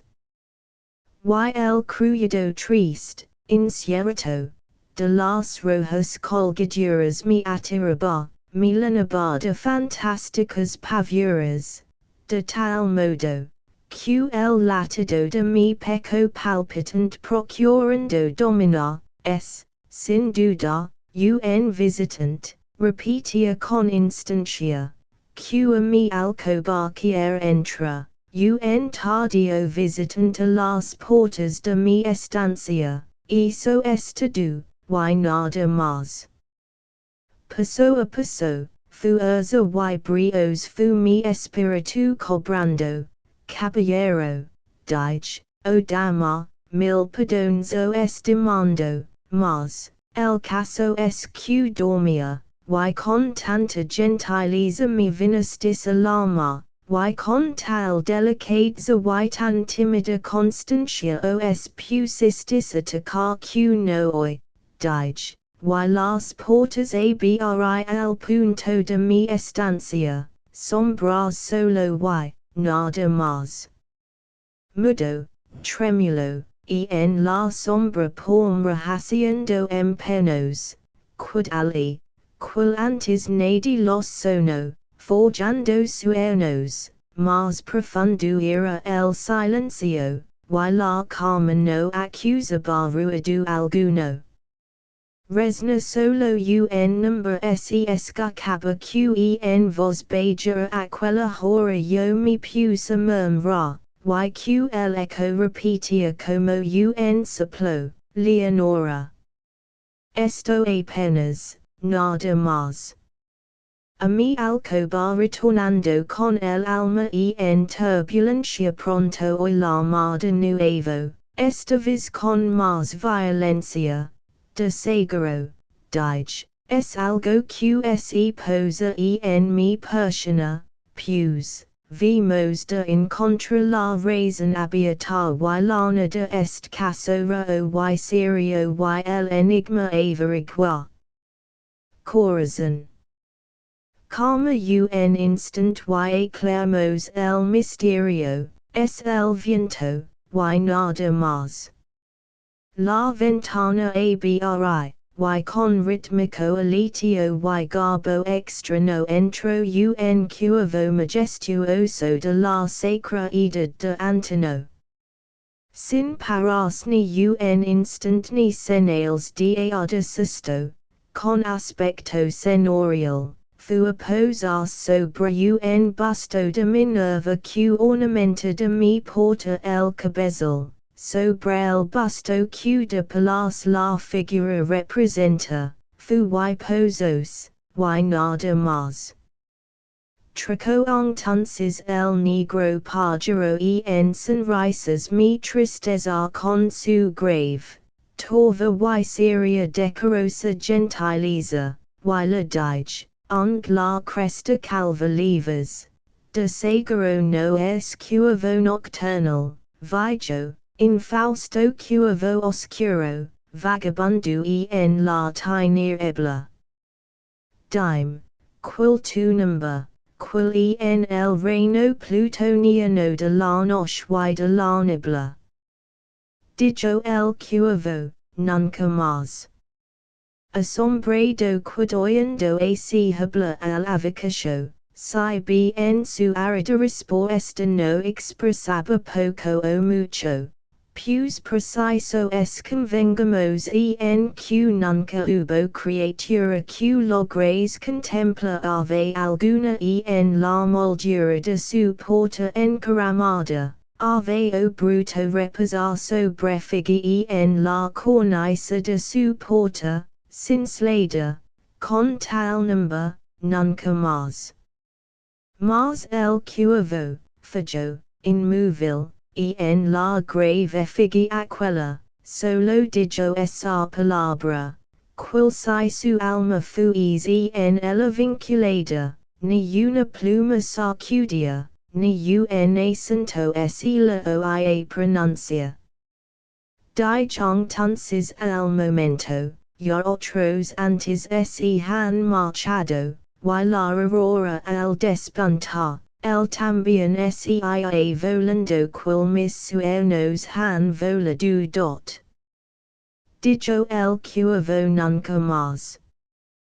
Por respuesta tan abrupta como justa sorprendido, no hay ya dudar alguna, dije, lo que dice es aprendido de alguna modística soa quien la ciudad perseguirá sin cesar, perseguirá hasta la muerte, hasta el punto de, en su duelo, sus canciones terminar, y el clamor de la esperanza con el triste ritornello de llamas, y nunca más. Mas el cuavo, provocando mi alma triste la sonrisa me se enrod hasta el frente al ave, al busto, a la cornisa, luego, hundiendo mi en la sida, fantasía y fantasía entonces a juntar. Por saber que pretender aquel pájaro ominoso de un pasado inmemorial, aquel hosco, torfo, infausto, cuavo lugubre y odioso al grazna, nunca jamás. Quid aquesto, investigando frente al cuavo en honda calma, cuyos ojos encendidos me abrazaban pecho y alma. Esto y más, sobre cogens reclinado, con angelo mi empanaba en descifra, sobre el rojo terciopelo du imprimia viva hula luminoso mi final, terciopelo que apapurae. Jamás volverá ella a oprimir, nunca más. Perciam el entonces.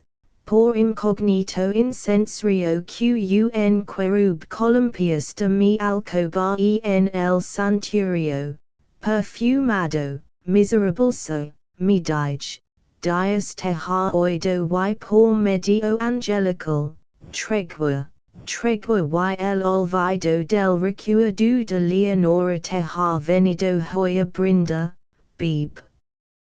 Bebe snepant. Y se te du olvida ahora.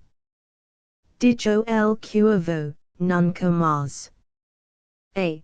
Profita, Dige, Oduadi, mas profita al fin, Yosses ave o diablo, Yote envy la tormenta, Yote vis por los abregos barrido a esta playa.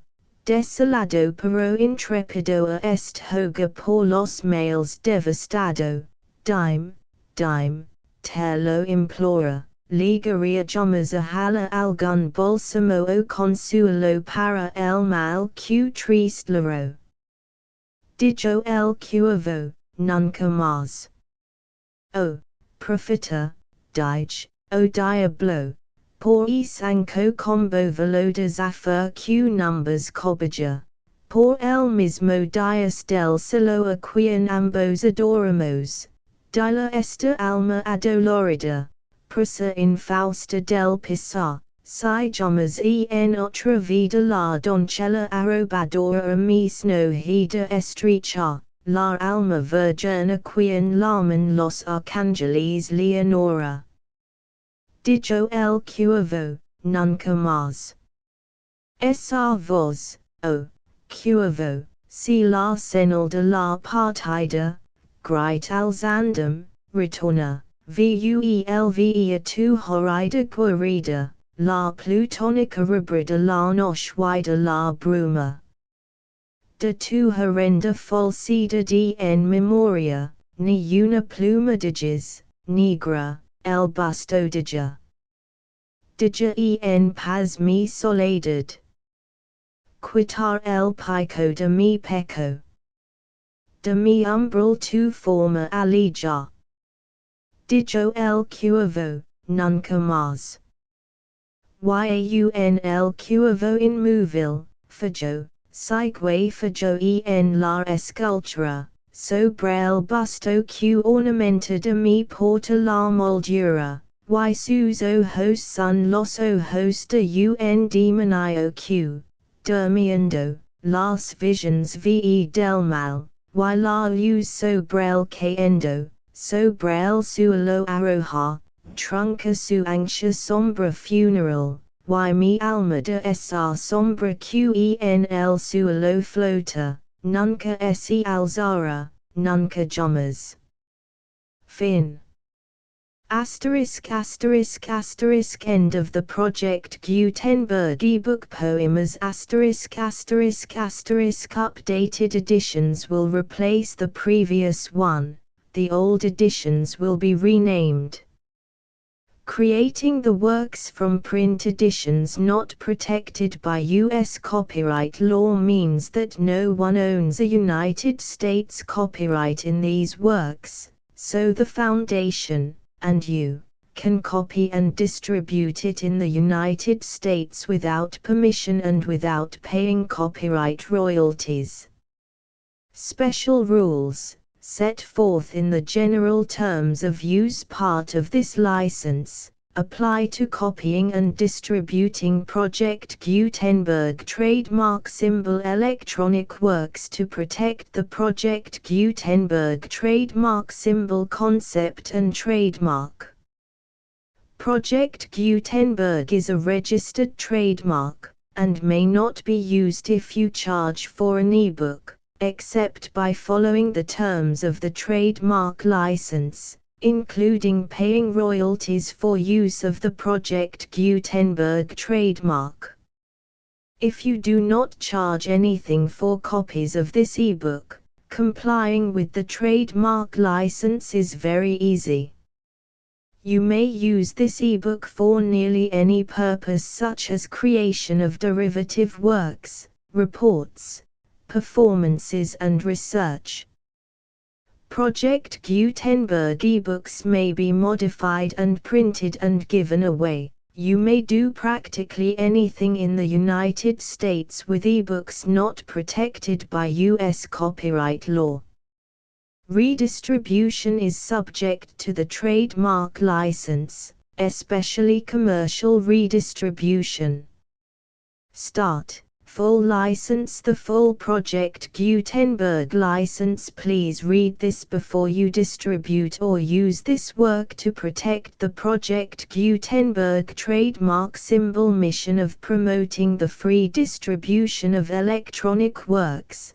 By using or distributing this work, or any other work associated in any way with the phrase Project Gutenberg, you agree to comply with all the terms of the full Project Gutenberg trademark symbol license available with this file or online at www.gutenberg.org/license. Section 1. General Terms of Use and Redistributing Project Gutenberg Trademark Symbol Electronic Works 1.0. By reading or using any part of this Project Gutenberg trademark symbol electronic work, you indicate that you have read, understand, agree to and accept all the terms of this license and intellectual property, trademark/copyright, agreement. If you do not agree to abide by all the terms of this agreement, you must cease using and return or destroy all copies of Project Gutenberg trademark symbol electronic works in your possession. If you paid a fee for obtaining a copy of or access to a Project Gutenberg trademark symbol electronic work and you do not agree to be bound by the terms of this agreement, you may obtain a refund from the person or entity to whom you paid the fee as set forth in paragraph 1.e.8. 1.b. Project Gutenberg is a registered trademark. It may only be used on or associated in any way with an electronic work by people who agree to be bound by the terms of this agreement. There are a few things that you can do with most Project Gutenberg trademark symbol electronic works even without complying with the full terms of this agreement. See paragraph 1.c below. There are a lot of things you can do with Project Gutenberg trademark symbol electronic works if you follow the terms of this agreement and help preserve free future access to Project Gutenberg trademark symbol electronic works. See paragraph 1.e below. 1.c. The Project Gutenberg Literary Archive Foundation, the Foundation or PGLAF, owns a compilation copyright in the collection of Project Gutenberg trademark symbol electronic works. Nearly all the individual works in the collection are in the public domain in the United States. If an individual work is unprotected by copyright law in the United States and you are located in the United States, we do not claim a right to prevent you from copying, distributing, performing, displaying or creating derivative works based on the work as long as all references to Project Gutenberg are removed. Of course, we hope that you will support the Project Gutenberg trademark symbol mission of promoting free access to electronic works by freely sharing Project Gutenberg trademark symbol works in compliance with the terms of this agreement for keeping the Project Gutenberg trademark symbol name associated with the work. You can easily comply with the terms of this agreement by keeping this work in the same format with its attached full Project Gutenberg trademark symbol license when you share it without charge with others. 1.d. The copyright laws of the place where you are located also govern what you can do with this work. Copyright laws in most countries are in a constant state of change. If you are outside the United States, Check the laws of your country in addition to the terms of this agreement before downloading, copying, displaying, performing, distributing or creating derivative works based on this work or any other Project Gutenberg trademark symbol work. The Foundation makes no representations concerning the copyright status of any work in any country other than the United States. 1.e Unless you have removed all references to Project Gutenberg. 1.e.1. The following sentence, with active links to, or other immediate access to, the full Project Gutenberg trademark symbol license must appear prominently whenever any copy of a Project Gutenberg trademark symbol work, any work on which the phrase Project Gutenberg appears, or with which the phrase Project Gutenberg is associated, is accessed, displayed, performed, viewed, copied or distributed. This ebook is for the use of anyone anywhere in the United States and most other parts of the world at no cost and with almost no restrictions whatsoever. You may copy it, give it away or reuse it under the terms of the Project Gutenberg license included with this ebook or online at www.gutenberg.org. If you are not located in the United States, you will have to check the laws of the country where you are located before using this ebook. 1.e.2. If an individual Project Gutenberg trademark symbol electronic work is derived from texts not protected by U.S. copyright law, does not contain a notice indicating that it is posted with permission of the copyright holder, the work can be copied and distributed to anyone in the United States without paying any fees or charges. If you are redistributing or providing access to a work with the phrase Project Gutenberg associated with or appearing on the work, you must comply either with the requirements of paragraphs 1.e.1 through 1.e.7 or obtain permission for the use of the work and the Project Gutenberg trademark symbol trademark as set forth in paragraphs 1.e.8 or 1.e.9. 1.e.3. If an individual Project Gutenberg trademark symbol electronic work is posted with the permission of the copyright holder, your use and distribution must comply with both paragraphs 1.e.1 through 1.e.7 and any additional terms imposed by the copyright holder. Additional terms will be linked to the Project Gutenberg trademark symbol license for all works posted with the permission of the copyright holder found at the beginning of this work. 1.e.4.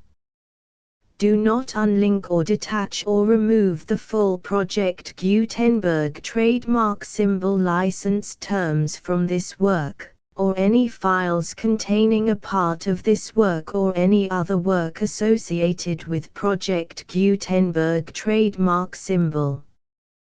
1.e.5. Do not copy, display, perform, distribute or redistribute this electronic work, or any part of this electronic work, without prominently displaying the sentence set forth in paragraph 1.e.1 with active links or immediate access to the full terms of the Project Gutenberg trademark symbol license. 1.e.6. You may convert to and distribute this work in any binary, compressed, marked up, non-proprietary or proprietary form, including any word processing or hypertext form.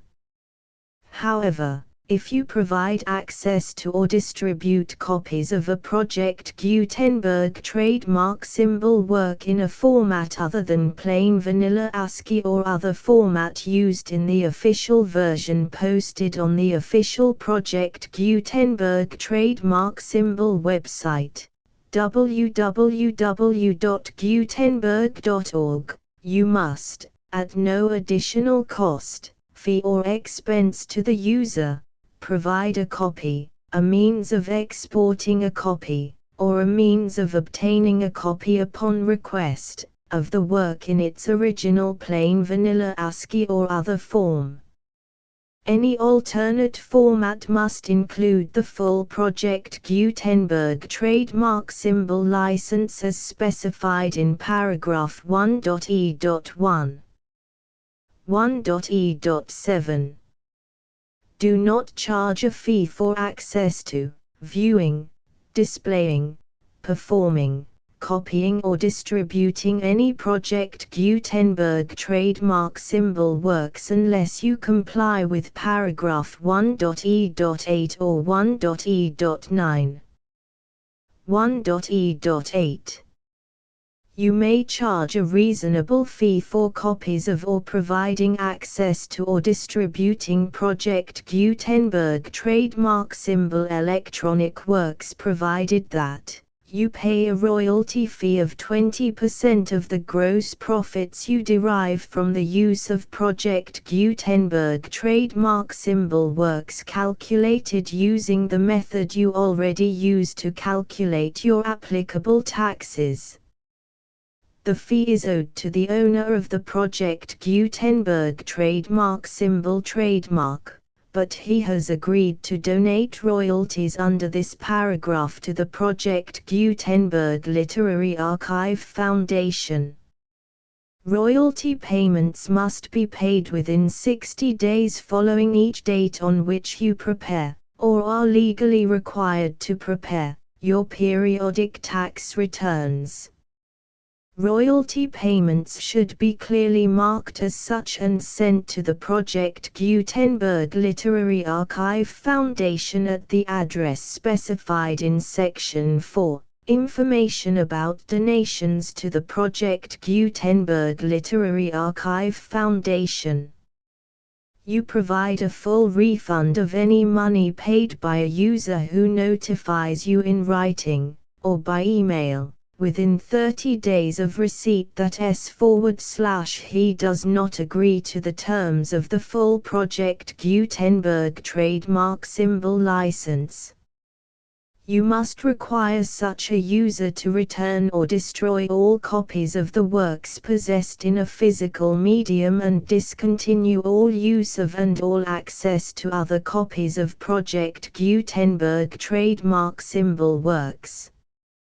You provide, in accordance with paragraph 1.f.3, a full refund of any money paid for a work or a replacement copy, if a defect in the electronic work is discovered and reported to you within 90 days of receipt of the work. You comply with all other terms of this agreement for free distribution of Project Gutenberg trademark symbol works. 1.e.9. If you wish to charge a fee or distribute a Project Gutenberg trademark symbol electronic work or group of works on different terms than are set forth in this agreement, you must obtain permission in writing from the Project Gutenberg Literary Archive Foundation, the manager of the Project Gutenberg trademark symbol trademark. Contact the Foundation as set forth in Section 3 below. 1.f1.f.1.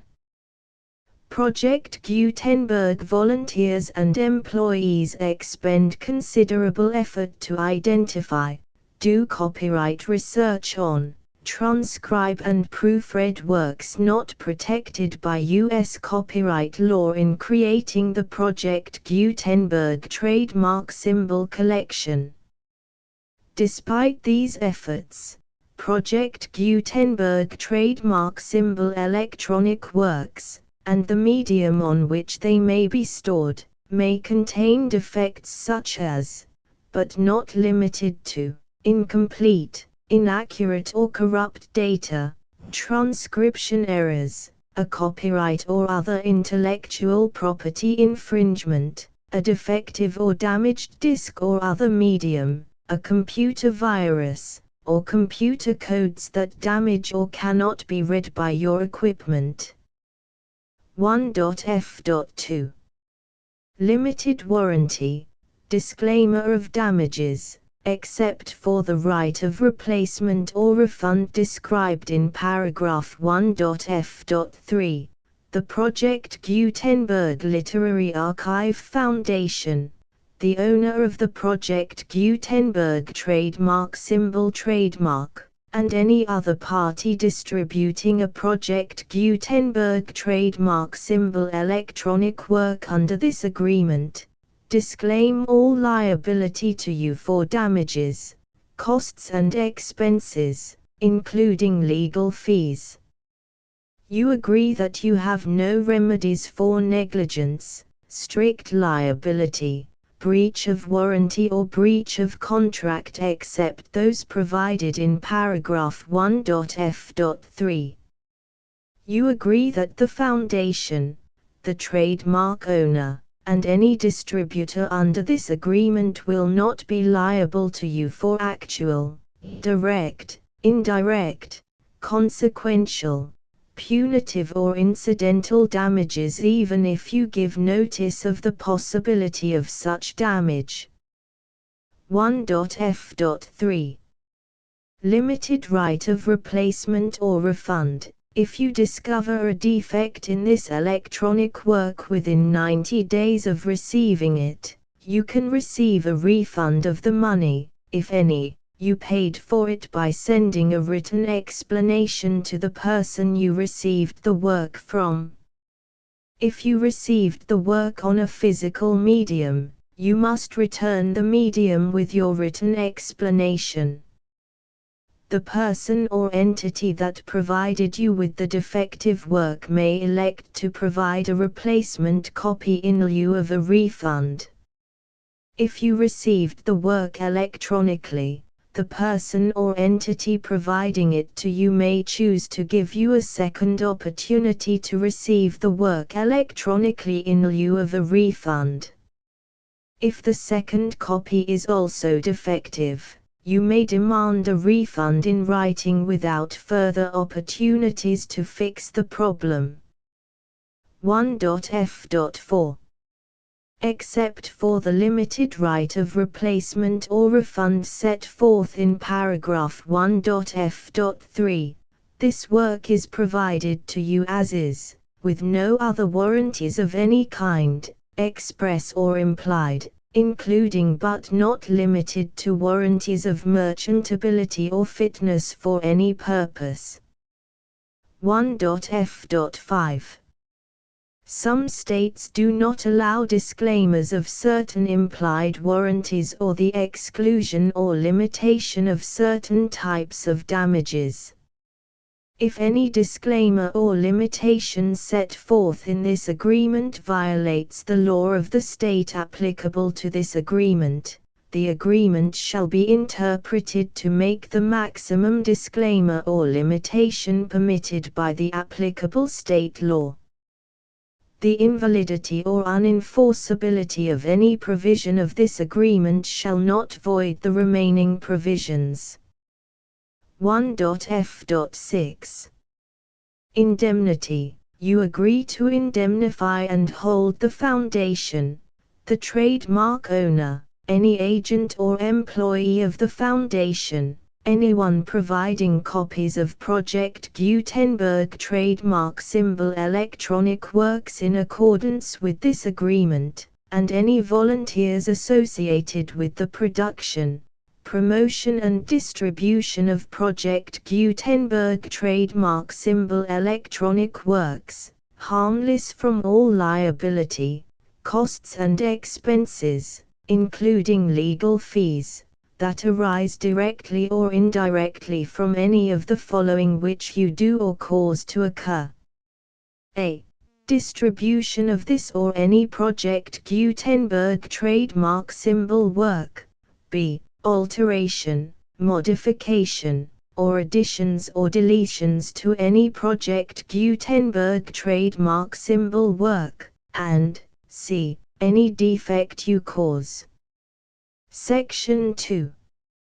Information about the mission of Project Gutenberg trademark symbol. Project Gutenberg trademark symbol is synonymous with the free distribution of electronic works in formats readable by the widest variety of computers, including obsolete, old, middle-aged and new computers.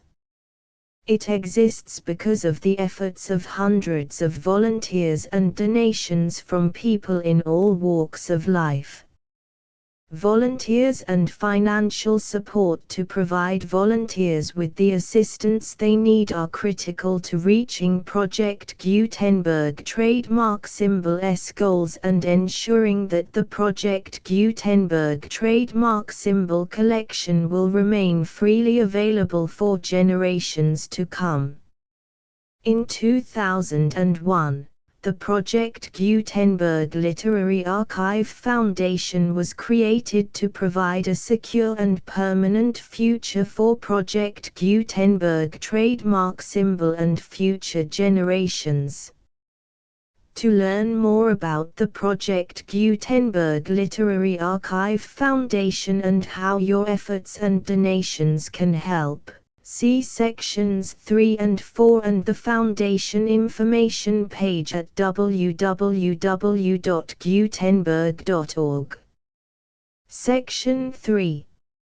Information about the Project Gutenberg Literary Archive Foundation. The Project Gutenberg Literary Archive Foundation is a non-profit 501(c)(3) educational corporation organized under the laws of the state of Mississippi and granted tax-exempt status by the Internal Revenue Service. The Foundation's IN or Federal Tax Identification Number is 64-6221541. Contributions to the Project Gutenberg Literary Archive Foundation are tax-deductible to the full extent permitted by U.S. federal laws and your state's laws. The Foundation's business office is located at 809 North 1500 West, Salt Lake City, UT 84116. 801-596-1887. Email contact links and up-to-date contact information can be found at the Foundation's website and official page at www.gutenberg.org/contact. Section 4. Information about donations to the Project Gutenberg Literary Archive Foundation. Project Gutenberg trademark symbol depends upon and cannot survive without widespread public support and donations to carry out its mission of increasing the number of public domain and licensed works that can be freely distributed in machine-readable form accessible by the widest array of equipment, including outdated equipment. Many small donations, $1 to $5,000, are particularly important to maintaining tax-exempt status with the IRS. The Foundation is committed to complying with the laws regulating charities and charitable donations in all 50 states of the United States. Compliance requirements are not uniform and it takes a considerable effort, much paperwork and many fees to meet and keep up with these requirements. We do not solicit donations in locations where we have not received written confirmation of compliance. To send donations or determine the status of compliance for any particular state, visit www.gutenberg.org/donate. While we cannot and do not solicit contributions from states where we have not met the solicitation requirements, we know of no prohibition against accepting unsolicited donations from donors in such states who approach us with offers to donate. International donations are gratefully accepted, but we cannot make any statements concerning tax treatment of donations received from outside the United States. U.S. laws alone swamp our small staff. Please check the Project Gutenberg web pages for current donation methods and addresses. Donations are accepted in a number of other ways, including checks, online payments and credit card donations. To donate, please visit www.gutenberg.org/donate. Section 5. General information about Project Gutenberg Trademark Symbol Electronic Works. Professor Michael S. Hart was the originator of the Project Gutenberg trademark symbol concept of a library of electronic works that could be freely shared with anyone. For 40 years, he produced and distributed Project Gutenberg trademark symbol ebooks with only a loose network of volunteer support. Project Gutenberg trademark symbol ebooks are often created from several printed editions, all of which are confirmed as not protected by copyright in the US unless a copyright notice is included. Thus, we do not necessarily keep ebooks in compliance with any particular paper edition. Most people start at our website, which has the main PG search facility, www.gutenberg.org. This website includes information about Project Gutenberg trademark symbol, including how to make donations to the Project Gutenberg Literary Archive Foundation, how to help produce our new ebooks, and how to subscribe to our email newsletter to hear about new ebooks.